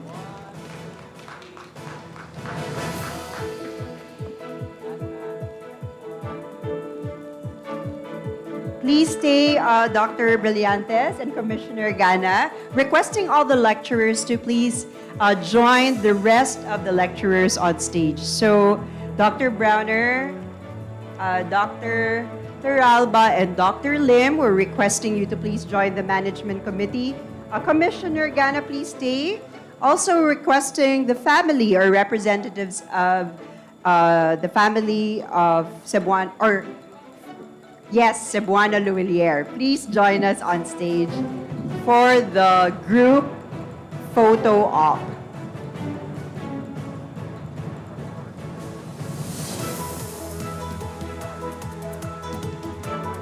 Okay, also requesting our representatives from BARM to please join us on stage. Okay, giving time for them to proceed with the rest of the lecturers in the Management Committee. Thank you very much to our guests from BARM for joining us on stage.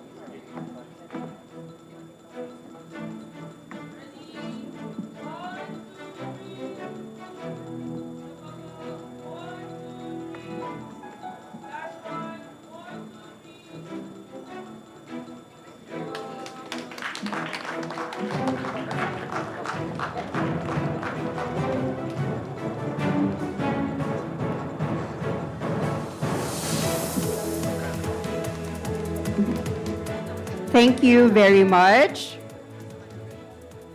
to our lecturers and to the management committee, along with our esteemed guests. As a response from a representative of the family of the lecturers, we're hopeful that Commissioner Gana could also join us on stage to give us a few words of response on behalf of the lecturers this afternoon. Professor Gana, would that be all right? I'm sorry, Commissioner Gana, would that be all right?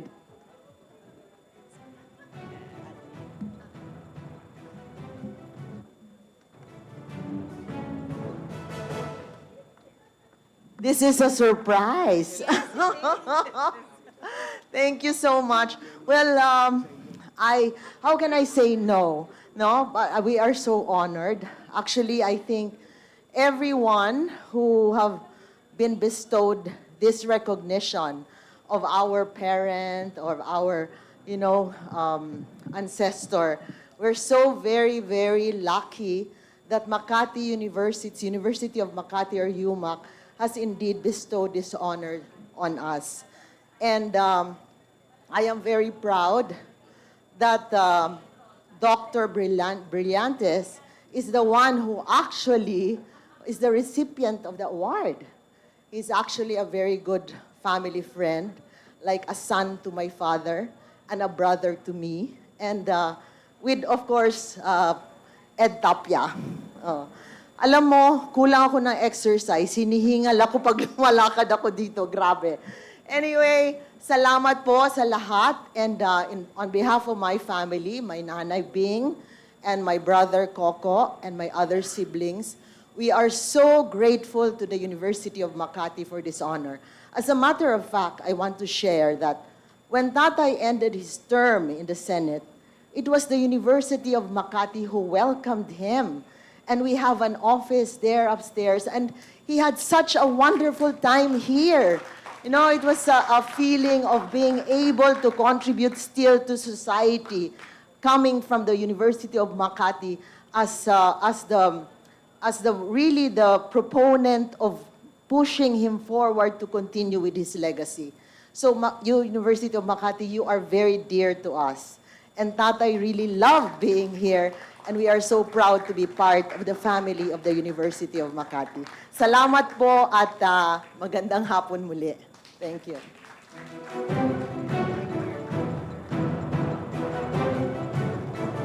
Thank you, Commissioner Gwendolyn Pimentel-Gana, for that wonderful response. Albeit a surprise, but definitely heartwarming for all of us here in the University of Makati. And to close the afternoon for us, it's been an afternoon of such cognitive challenge for everyone, but at the same time, truly in the spirit of pushing envelopes, may I call on Professor Maria Fain Ninette M. Cariaga, PhD, Vice President for Planning and Research, to formally close the day for us.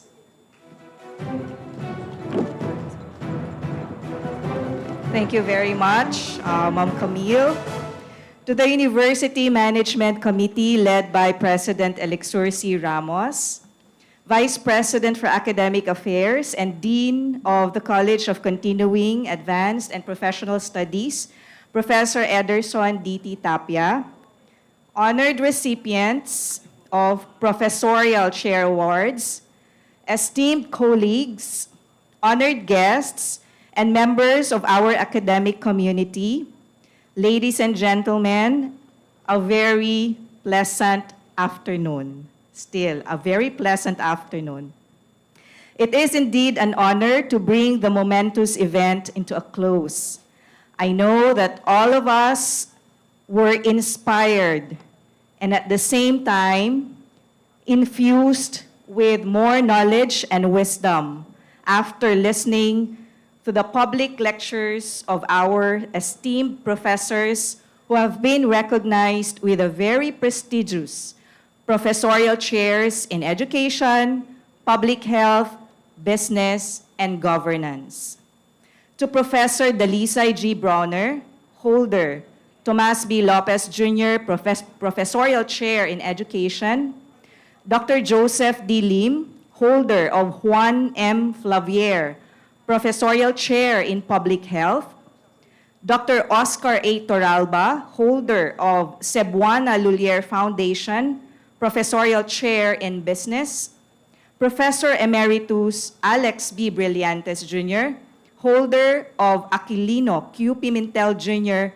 Professorial Chair in Governance. Your lectures very much reflect the depth of not just your expertise, but your commitment and passion to excel with a noble purpose. We salute you and we thank you for the shared mental models to the University of Makati community.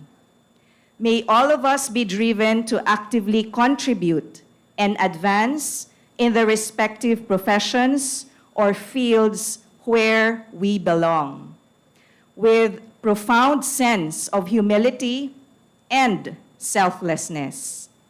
The professorial chairs you hold today symbolize the invaluable contribution and strong impact of your work to the whole of society. Please give our distinguished and honored chairholders a resounding round of applause. We would also like to thank you, our good audience, for your kind attention, your active participation and engagement all throughout these high-impact lectures. A round of applause for all of you. Commendation is also given to the very able organizing committee, led by, of course, the supervising MANCOM, Professor Ederson D.T. Tapia. A round of applause, please. Chairperson, Associate Professor Reneta Bahen. Vice Chairperson, Assistant Professor Sonia Pimentel. Members, Associate Professor Jason Berganya. Assistant Professor Maria Teresa Icalia. Associate Professor Mayna Marinerona.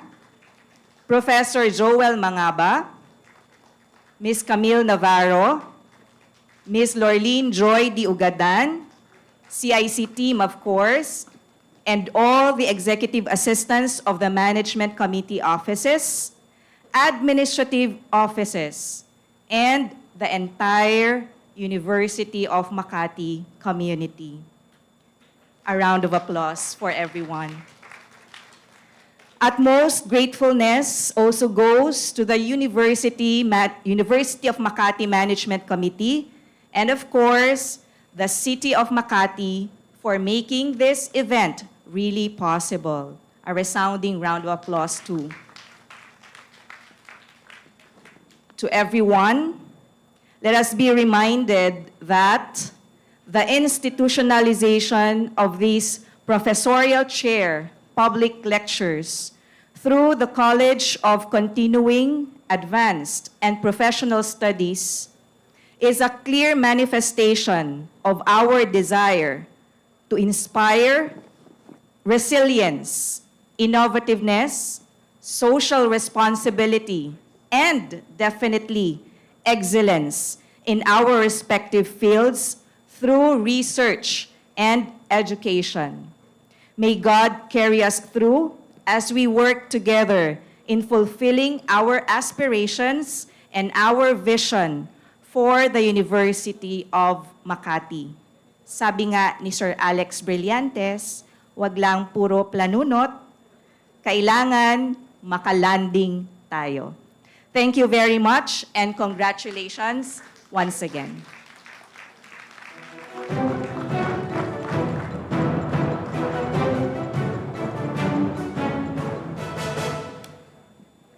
Thank you very much, Dr. Cariaga. And on that note, we put the 2022 UMak Professional Chair Lectures to a close. Thank you very much for joining us this afternoon, in-person participants, and those who joined us through Facebook and Zoom. We thank you for joining and staying with us all throughout this afternoon. And perhaps it's good to kind of end the day with what our four lecturers also mentioned. I'll include first VP Net's message, fulfilling the aspirations of the University of Makati. Hope the professorial chair lecturers really help the university in fulfilling our aspirations. And to echo also what was said by our other lecturers, the purpose of all this is to improve the quality of education in the country. And may that be a challenge for us all. So magandang gabi po. And there will be refreshments outside, so please join us. Thank you very much. See you next year.